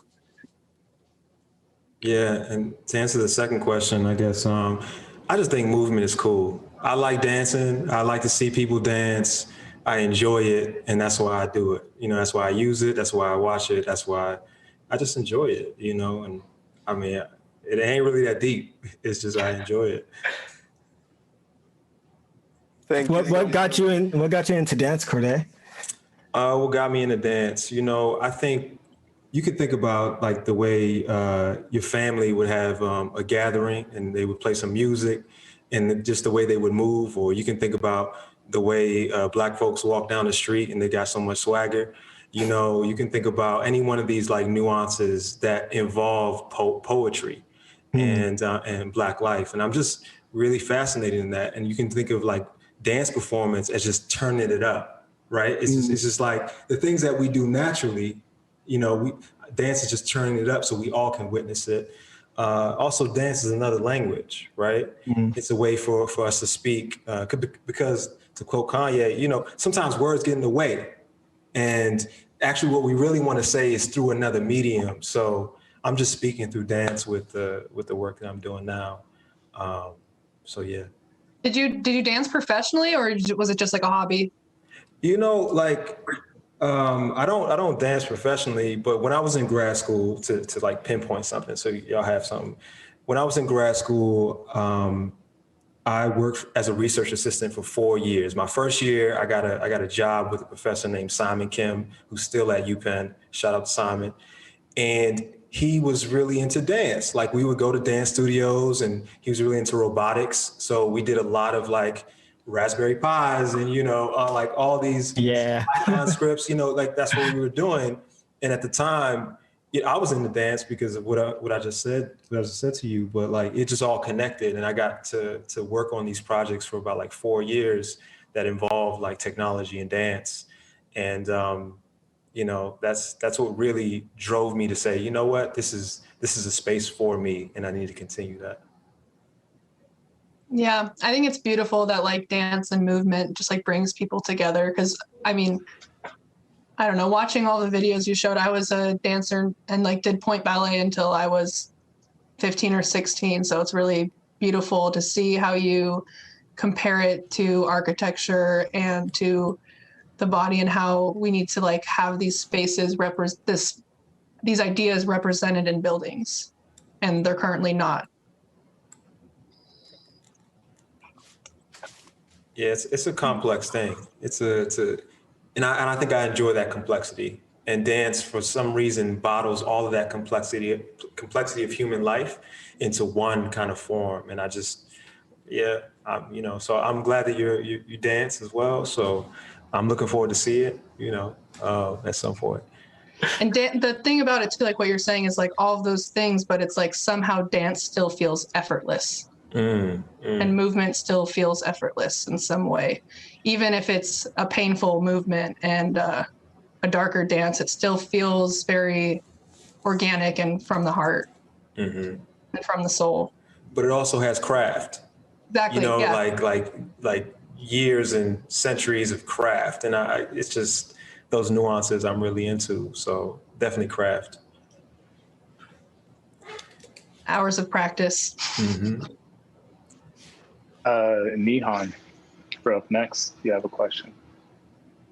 Hi, this is specifically about Kordae's work that kind of sparked this question. I have a little bit of a comment, and then the question kind of tail ends it, but I'm going to read off this. So specifically about your work with Earth Mother, Sky Father, in some conversations and discourse, as well as in games, movies, and literature, I feel like the meshing of technology, machine with the body is kind of a step towards becoming post-human in these like imagined futures, if we're not already moving towards it.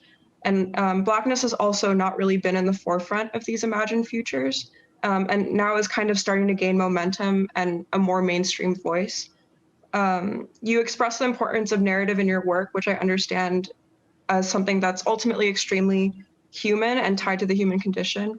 And there's also such a rich depth to reality that things such as race or culture bring that's really lost in the idea of posthumanism. I was wondering, with your work being a meshing of performance, movement, and feeling and story, and expressed through technology at times, what do you think about the idea of posthumanism, and where do you place your work kind of like relative to it, whether it's like a parallel alternate future, a sidestep from it, or kind of like a substitute for it completely? That's a really powerful question. Thank you, Nihan. That's a great question. I mean, in a way, we're already living in it. Think about your cell phone. Like, you don't go anywhere without it. We're already tapped into the internet, which is, it's just, to quote Elon Musk, it's just like a slow data rate. The feedback between your phone and your hand is just slow, right? It's just, so the connection is already there. It's just, at least with the film, what you have an opportunity to do is dial it up, is really explore all the ways that we're already connected to this future that we're living in. It's not so much of a parallel universe as much as just exploring the one that we already exist in and allowing folks to see that, at least through a narrative format. But yeah, I don't know if that answers your question, but. It did. I actually didn't think of it that way, so yes. Yeah. Thanks, Nihan. Thank you. It's a wonderful question. Next up, Fasa, please. Hello. I guess this goes to both of you. Since the topic for today is unapologetically Black, I'm curious to know what stage of your process feels most tethered to your awareness of your Blackness. Yeah. I mean, I think the biggest challenge for me is that I bounce around a ton of different mediums. And a lot of the work that I showed today was client-based work, but a lot of the work wasn't for Black artists or Black clients or Black brands. But really, this kind of also goes back to my approach to how do I feel being in these spaces and being a Black person, and what do I contribute into these spaces as well and into these mediums. But mostly it's really about, for me, it's allowing there to be a perspective that's normally not really seen across all of these. So when I'm working with glass animals, I'm pretty sure when they reached out, they didn't know I was Black. I'm pretty sure when they met me, they're kind of just like, oh, wait, you're the one who made that app, or you're the one who made that previous music video or that stage design. And really, for me, it's just to be as present as possible. And excuse me if I might be kind of going off of your question, but really it's trying to be present as possible and to prove myself that, yeah, we're capable of doing the same thing as the other guy or as the other culture or as the next person. And we're as knowledgeable, but we have a different point of view of a different struggle, of different learnings, of different upbringings as well. So, for example, when it comes to the work that I've done at, let's say, Snapchat, when we were building AR filters, most people don't know that AR, it's trained, the machine learning, it's not normally trained off of Black people. The original augmented reality, and when it comes to the points and the contrast that it uses to track our face, it wasn't trained off of a Black face. And that's something that you have to start learning and you have to kind of bring up to our engineers or to your partners is that, okay, how does this work for Black people? Are we using models that are trained, that trains to learn what Black features are and Black behavior is as well? Because the way that we scroll through Instagram is much different than the way that, you know, a white person or a Latino person or an Asian person scrolls through. Our behavior is just not different, and these models aren't trained that way. I feel like I'm not answering your question. I might have just gone off a whole different tangent, so I'm sorry. But most importantly, it's kind of just making sure that you raise your hand in all these situations and you're like, look, are we thinking about this market? Are we thinking about the Black market? Are we thinking about Asians? Are we thinking about these different backgrounds? Are we making sure that all of these mediums and all of these forms of media reach everyone evenly? And that's really, you know, the things that I do whenever I work on these projects. When I work on music videos, and I'm like, okay, I have a reference. Does that connect to my community? If you look at what I did for Whoop This Arcade, one of the levels, actually, I'll show you right now. I'll present my screen. This might answer your question. So one of the levels I made, this is the LA level. If you look at it, I'll bring it forward real quick. This is Los Angeles. If you look at the background, this is the Magic Johnson Theater that used to be before it was bought out that used to be off right behind the Crenshaw Mall. This is actually the Crenshaw Mall. As you go on, there's Lemert Park that passes by, and there's different things from the neighborhood that I make sure to incorporate within the work that I do. Because it's important. It's important to have that story of being like, no, this is my neighborhood. This is, Vernon and Crenshaw that this character is skating down. So I think for me, it's really just to make sure in every part of the story is a bit of your story. It's a bit of my own stories. It's a bit of Kordae's story as well, and also history as well. I hope that kind of sort of answered your question. It did in a very elaborate way. Thank you. Yeah, if I try to be short with mine, I think maybe it relates to the way I work with music. It goes back to music. Like, I think a lot of work that I do is music video related. And for some reason, music videos are more experimental than regular cinema, right? Traditional cinema. And really it goes back to like, cinema is really expensive. Like, to make a film, you gotta have a lot of money. Music videos, you don't have to have a lot of money to make. So immediately you have a bigger pool of young artists, specifically Black artists, that can adapt this medium and literally make what they need to make. So for me, right now, I'm working with this thing called music films, right? I'm trying to make music films, and how Blackness can be elongated, not just for a 5-minute music video, but can it be for an hour and a half? And music videos just kind of connects me to that. It's a great question. Amazing. I'm going to interject my own question here into the students, because I think it just follows the line of questioning so well. Whoopie, and you were speaking about how the models of like artificial recognition or intelligence, they're not built off of Black features and Black people. And that's something I'm aware of, maybe not everybody is, but going deeper into that train of thought, just, the foundation of fields that aren't built on representation for the people that for a large part of the population that they're reaching.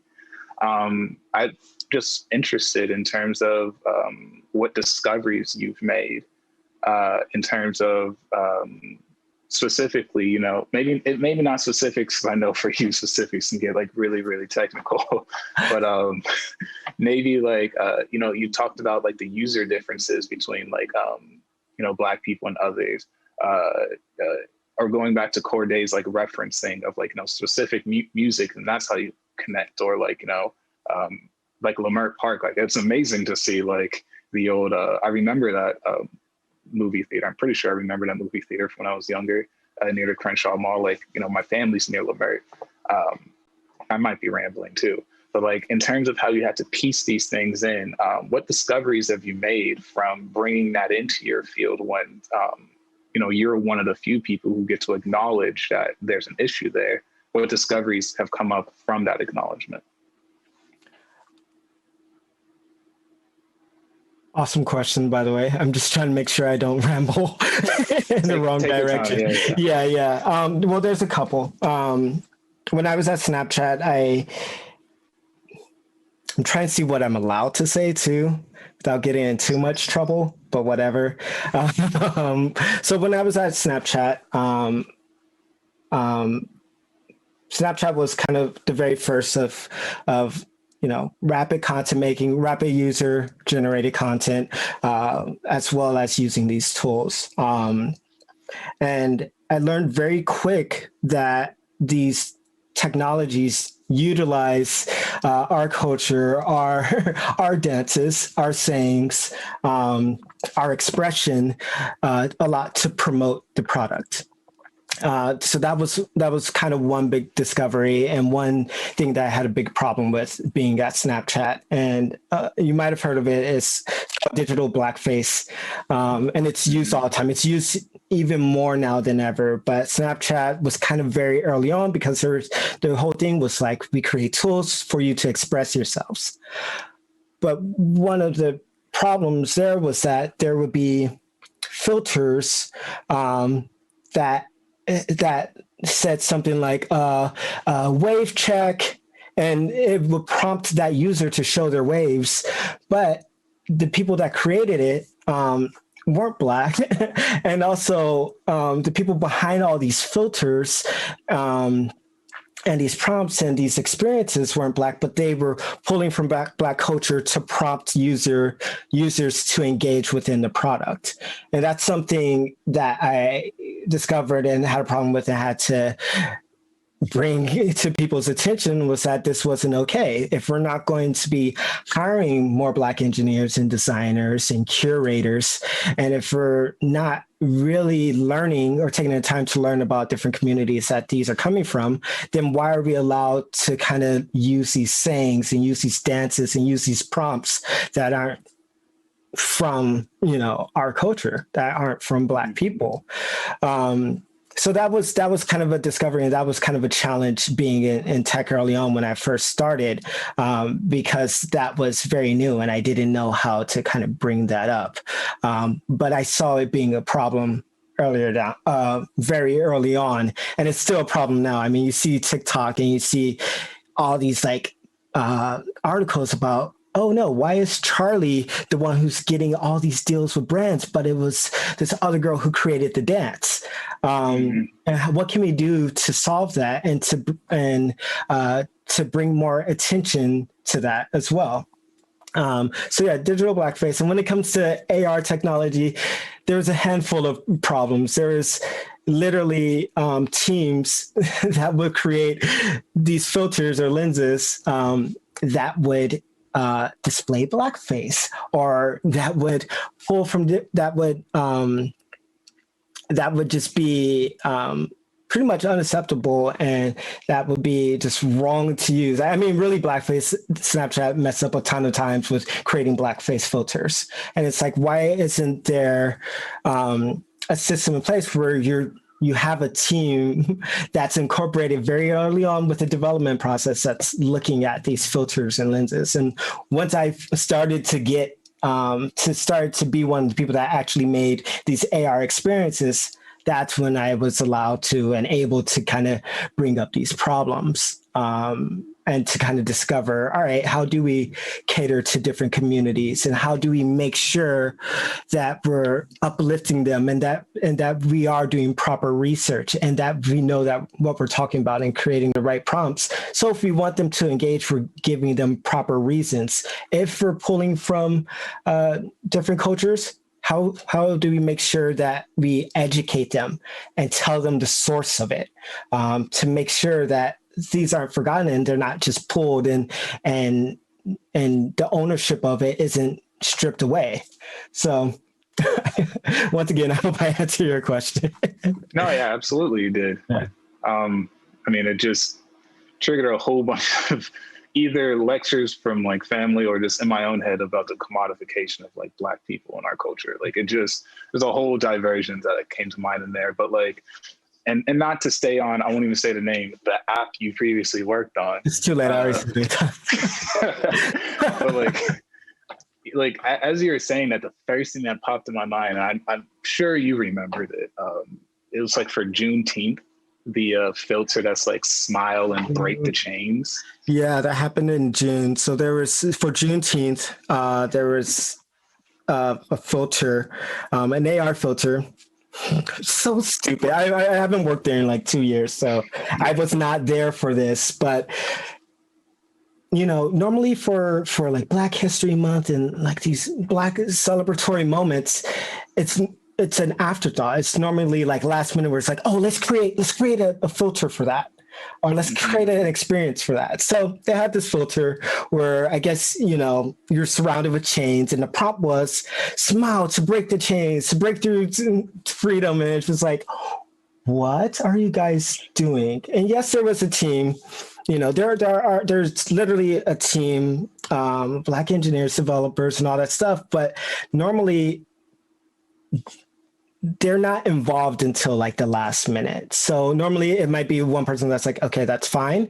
But there was tons of problems. There was problems with messaging. There's problems with the actual visual, the prompt as well. The overall creative was just horrible. I think, once again, if we're going to use these tools and they have the reach of 250 million people a day, let's use it to educate. Let's have like an info icon that they could tap so they can learn more about Juneteenth. Also, never try to incorporate slavery within any form of media that you're kind of having fun with and using it to be creative. And that wasn't their first time. And it's rough. It's hard in tech trying to convince people, and it is awkward, and you want to be mindful of your job and everything. But at the same time, you know the impact that this can make, and you know the reach. And also, if we go into the amount of people that use these apps, their core demo, the core people that use like Snap and TikTok, it's just us, it's Black people. And that's why they're making the billions of dollars. So got to learn to push them to use these billions of dollars for better research and consumer insight as well.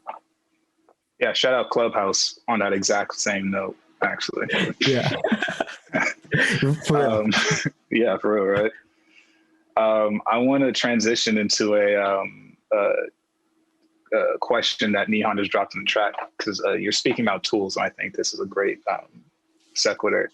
Do you think these tools in the free market of people being able to design and upload their filters freely is significantly contributing to the appropriation and erasure of Black culture and social media?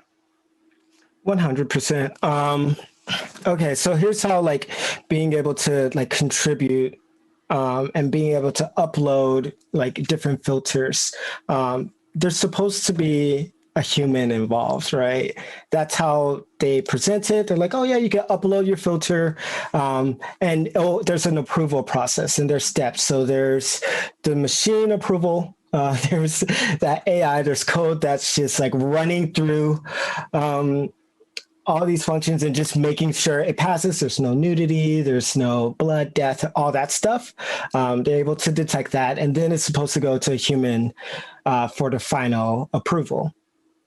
But now, for the most part, and I'm not just speaking to Snap, I'm talking about all these tools that have like AR and filters and anything where you could create something that you can engage with. They all have, or supposed to have, an approval process.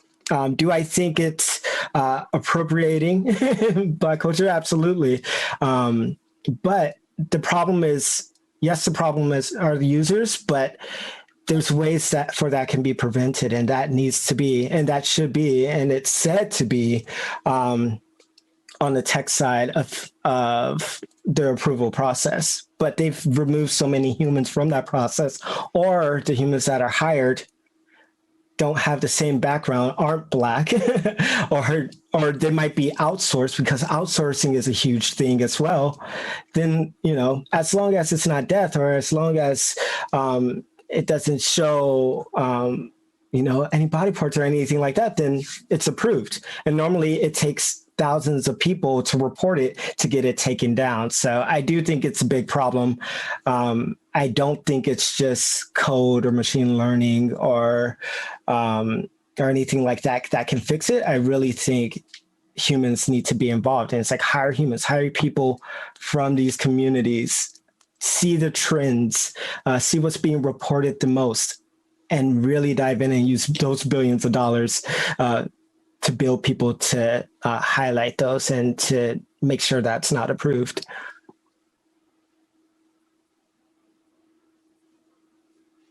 Sorry, I'm just reading the question that was just dropped in there, because it's also really well worded.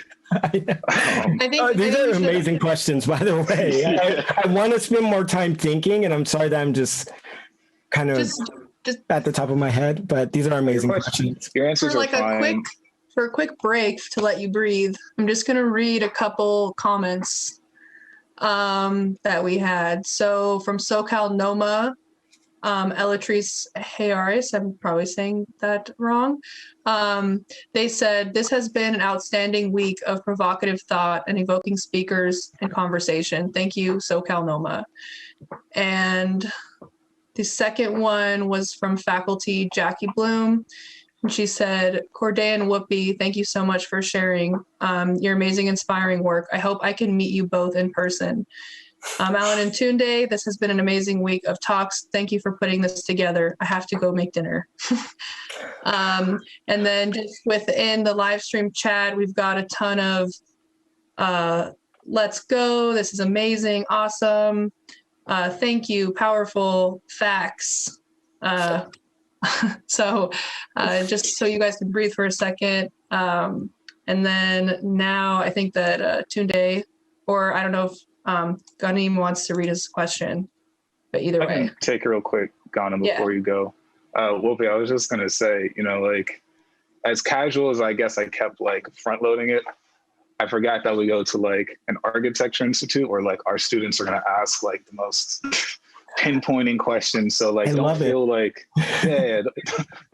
you're not thinking, oh, we're just built for this, to be honest. I really love it. These are really amazing questions, and these are questions that like I receive every day at work, but normally it's like we have time to really build it out and to do research to make sure that we give the right answers. So that's why I'm kind of like, oh my God, these are so good. Everyone's so smart. I gotta make sure that I'm like Googling things on the side and everything, just so I could be as, accurate and respond as, right as possible for the most part. Well, we appreciate your answers so far. We have about 25 minutes left. Ghanem, you have a question, and then I'll hand it off to somebody else after you. So hopefully you can just read your question. I mean, I can too, but like. Sorry. I was left on mute. I was saying thank you, Tunde.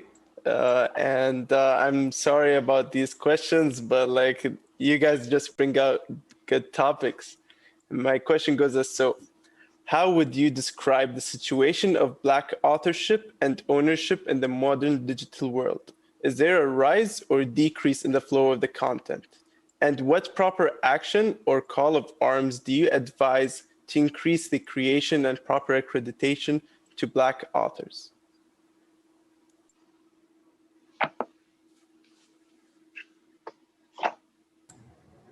I don't know, Tunde. That seems like your question. I don't. Black authorship, ownership. That's.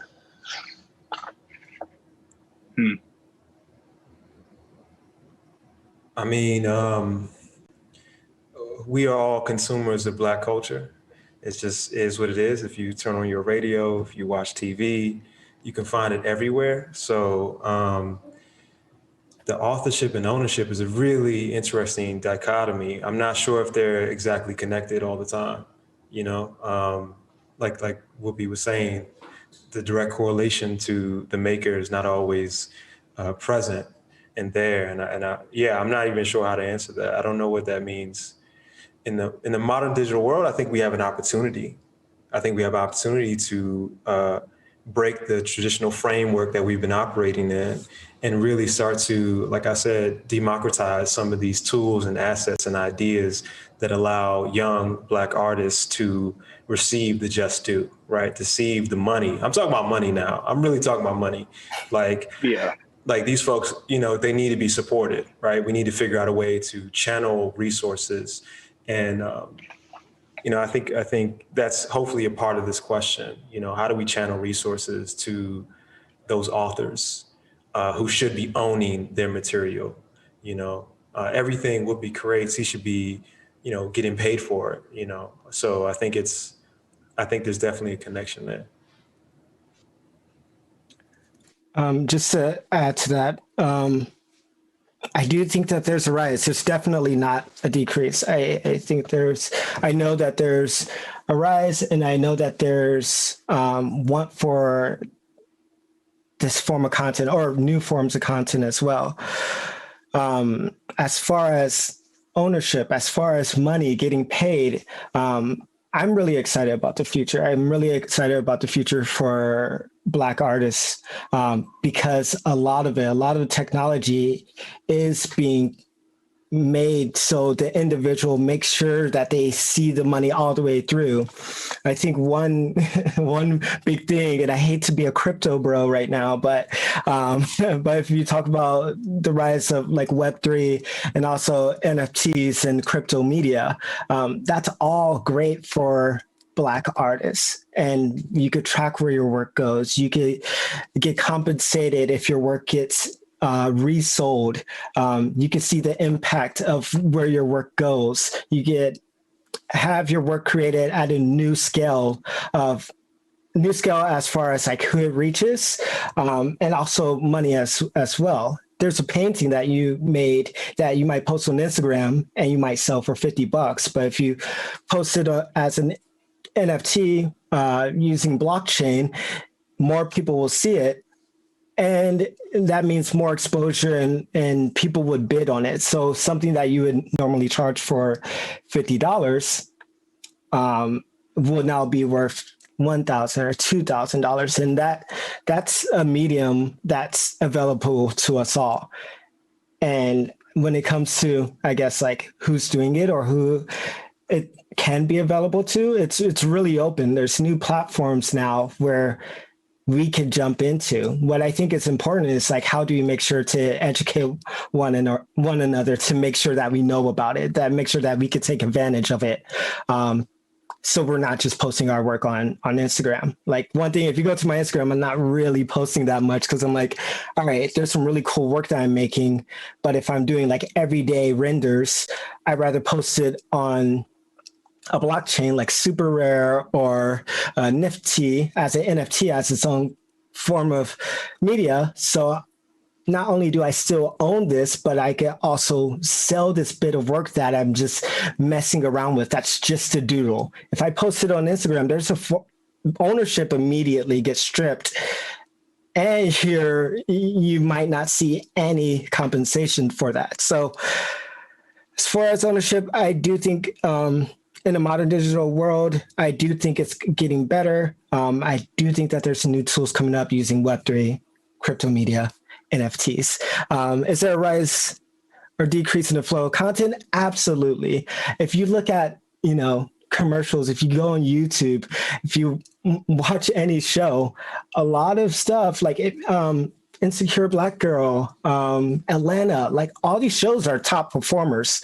If you go on Netflix, most of the shows that they're buying are like Black shows because they know how much money and how much attention and how amazing those stories are. So there is an increase. And what proper action, call of arms do you advise to increase?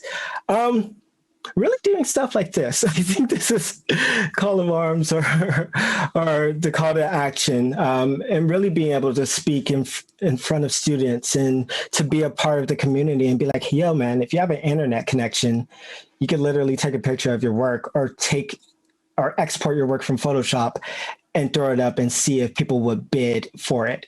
And you can do that for all your work. You don't need to just keep on posting it to an Instagram or to a Twitter, or to TikTok.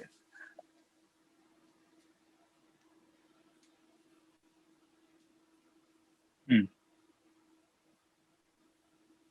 an amazing answer. I'm kind of just sitting with that now, thinking about how much of my content I don't own anymore. Yeah. Yeah. No, please, go ahead. I was gonna say we have a comment or a question from a student that just joined. Cole, You want to go ahead and ask your question? Hey, how's it going?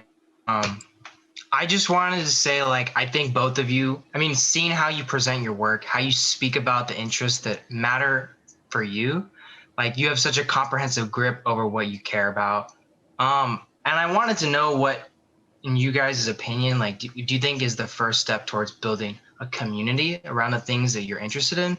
Because I'd say navigate, what I care about, trying to figure that out first.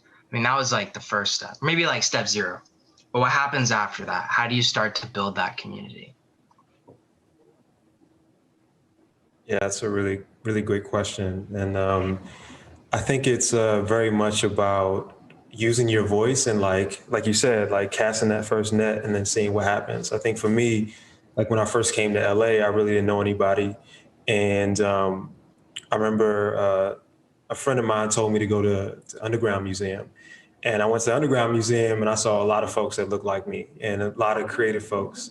And so I think it really has to do with, putting yourself in that place, in that position to then meet other people that think like you and do what you do. So I really think it's about just, finding where those people are and then just not being afraid to step in those spaces and use your voice and make sure that you're known and let's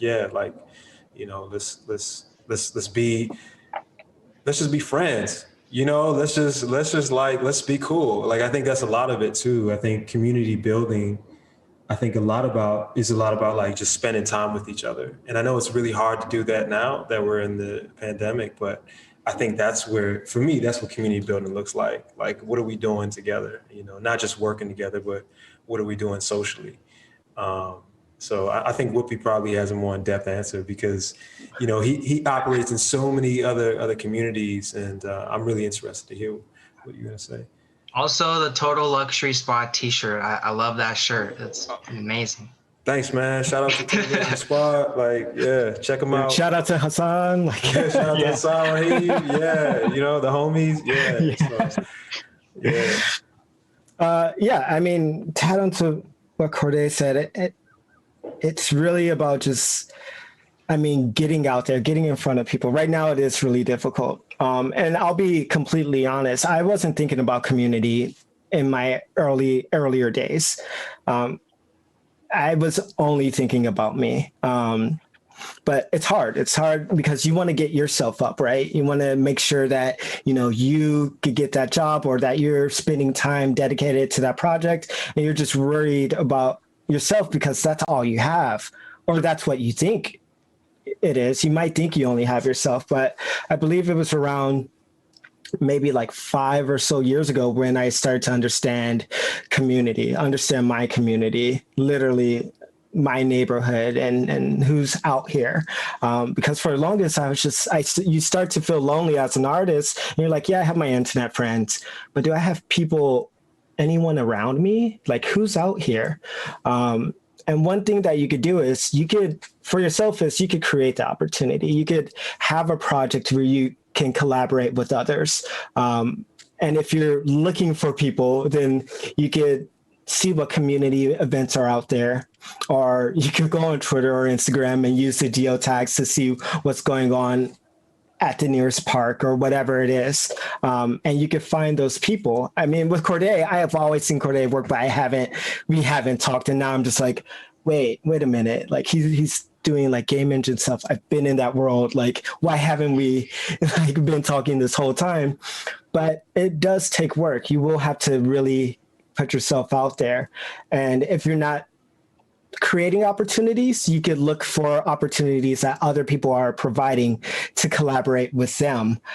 Because really community is just finding like-minded others similar to you and really building and being able to create something that's not only beneficial to you, but beneficial to literally the community and finding ways to give back.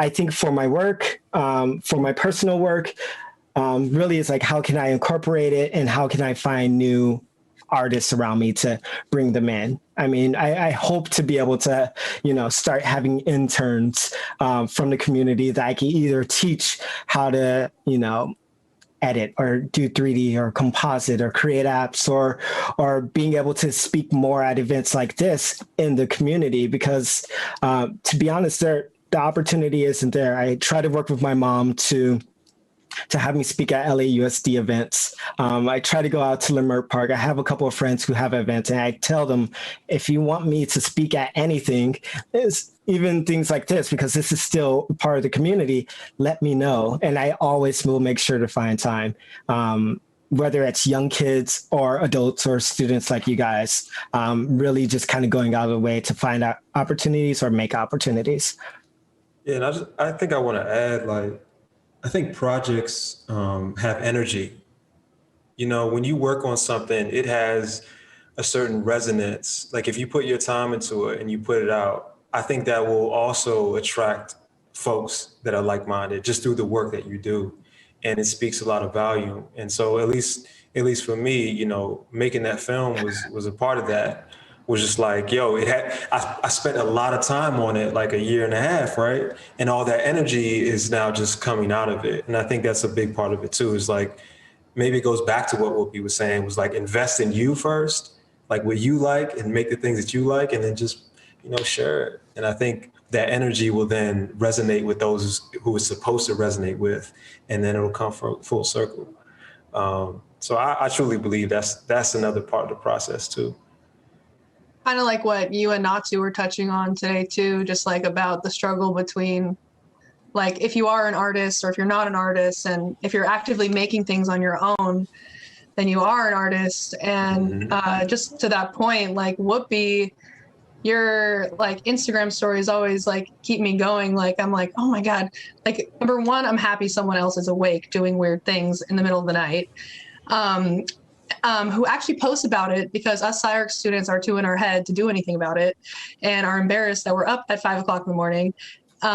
You own it. I love that. And like, I think it's so cool. You're always making little like 3D prints and just like expanding your knowledge. And I would definitely highly recommend all of y'all on the call and in the live stream to follow Whoopi and Kordae on Instagram, because their stuff is amazing and super inspiring. So just shout out to that.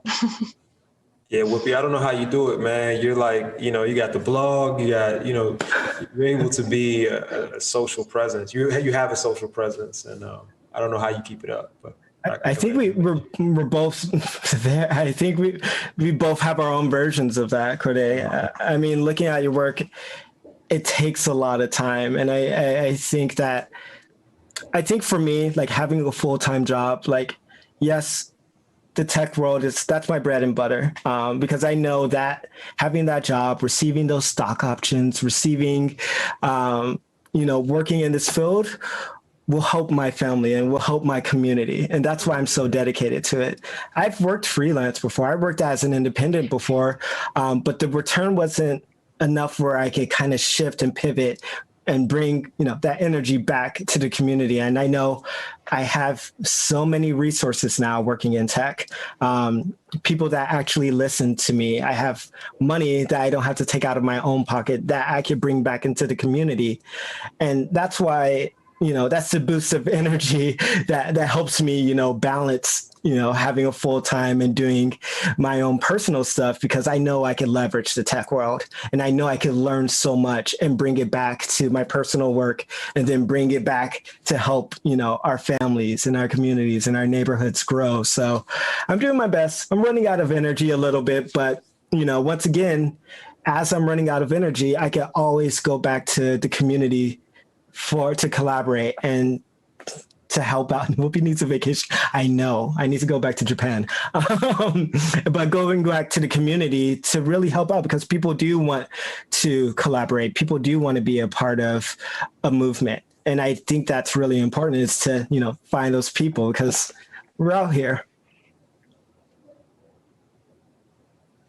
Absolutely. Absolutely. I believe we have another question, and we might make this one the last question, actually, from Sigafazzo. I guess this one goes to Kordae.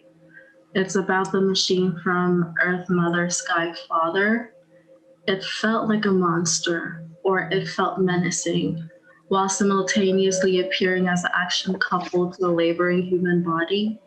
If it was intentional, please talk about ascribing personality, human mannerism to the objects you create. Oh, that's a great question. Was it intentional? I mean, I was just trying to make something, and I was just trying to make something. I think one thing that's really interesting about like African sculptures is that we may not understand all the complexity and nuances of its form. Like, with the creature in Earth Mother Sky Father, a lot of people might be scared of it, right? And in some light, Earth Mother Sky Father is actually a horror film. It really depends on what side you're looking at, right? If the African continent is keeping its minerals and building new wealth and technology from the ground, what does that mean for other nations, right? So it's really a play. Just trying to make something, and I was in the process, and I was like, yo, this feels right, let's give it an extra leg, 3 legs, connecting to creatures, and really, yeah, it's just me trying to make something. It's not even that deep. But I think I just really enjoyed that process of just making and being in that space, and not trying to overthink it. I definitely made like at least 6 other creatures before I landed on that one for sure. Like it was a process. But what was the other questions? Like, sorry, what was the other part of that? I was asking about how you ascribe personality and human mannerism to the objects that you create beyond the creature. Yeah, like this one probably goes to AJ, Arthur Jaffa. He talks about the Black intonation. Intonation is the rise and fall in the voice. And I'm just really interested in that. There's no good, there's no bad. It's just a thing, right? We're all experiencing the ups and downs together, and we're all operating in that space. So a lot of the forms, a lot of the movement kind of respond to that, the digging, the carving of the ground, the scarring of the earth. It's actually a very detrimental process to the earth. So in a way, it's speaking to all of those things, but also the joy of movement, the grace in movement. I think my projects really try to just take those 2 things and put together, and then kind of see what happens with that third space, collapsing the waveform.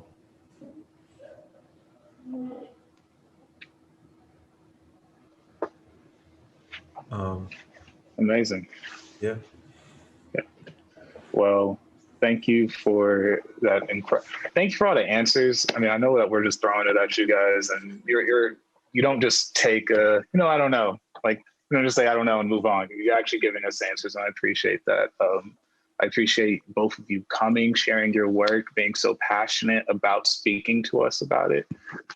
I appreciate and want to thank all of the students that joined us on the call, faculty as well, and everybody on the live stream. Thank you for this week. Thank you for the engagement, for the promotion.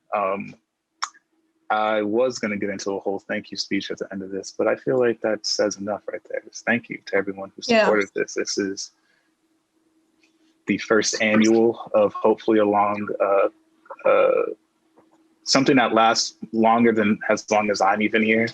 A very important week at SCI-Arc, a very important topic, multiple topics, the 13th founding principles of Black Lives Matter Week of Action. I want to thank Tom Wiscombe, again, just as a specific shout out. Tom was actually the one that connected me to Allyn for me to be on this project. So that's super important. Thanks to Allyn for, letting me co-direct along with you. This is something that she brought to the attention of our faculty. She just brought me on to help organize, but this wouldn't exist at SCI-Arc if it wasn't for Allyn. So I think you should get your flowers now where everyone can see them. And I just want to thank you all for giving me the floor. I'm going to give it to Allyn to close out, actually. I think you deserve that. So please take it away. Okay, why make me cry again on this live stream? Sorry about that. I'm like a very emotional person, so it's not like I'm just like breaking down. But thank you guys so much. I'm just like so overwhelmed with. I'm really humbled that everyone has enjoyed the week, and I'm so thankful for all of our speakers, all of our panelists, all the faculty, all the students. And everybody who isn't a student who just showed up to watch the live stream. Like, it's so amazing. And I just feel so like my heart is so warm. And I'm so thankful for all of y'all for being here. And again, big shout out to Tom Wiscombe, to Hernan, to Yasil, to Stephanie, Shelly, Sally, Olivia, Nihon. If I miss anyone, I'm sorry. But and Mira, David Eskenazi, David, you helped us so much. If it wasn't for you, I don't know if we would have pulled it off. Seriously, I don't know if we would have. So thank you so much. Yeah, this close. Anyways, just big love. I love all of you guys so much. I almost just swore, but seriously, my heart goes out to everybody. I'm so thankful for this event, and especially for Toon Day. Wouldn't be possible without you. So thank you guys so much for all being here. And with that, we'll wrap up Black Lives Matter Week of Action. Join us in 2022. I'll be directing that week, and we'll keep the amazing conversations going. Thanks for everybody for joining, and have a great weekend. Thank you all. It's been a pleasure.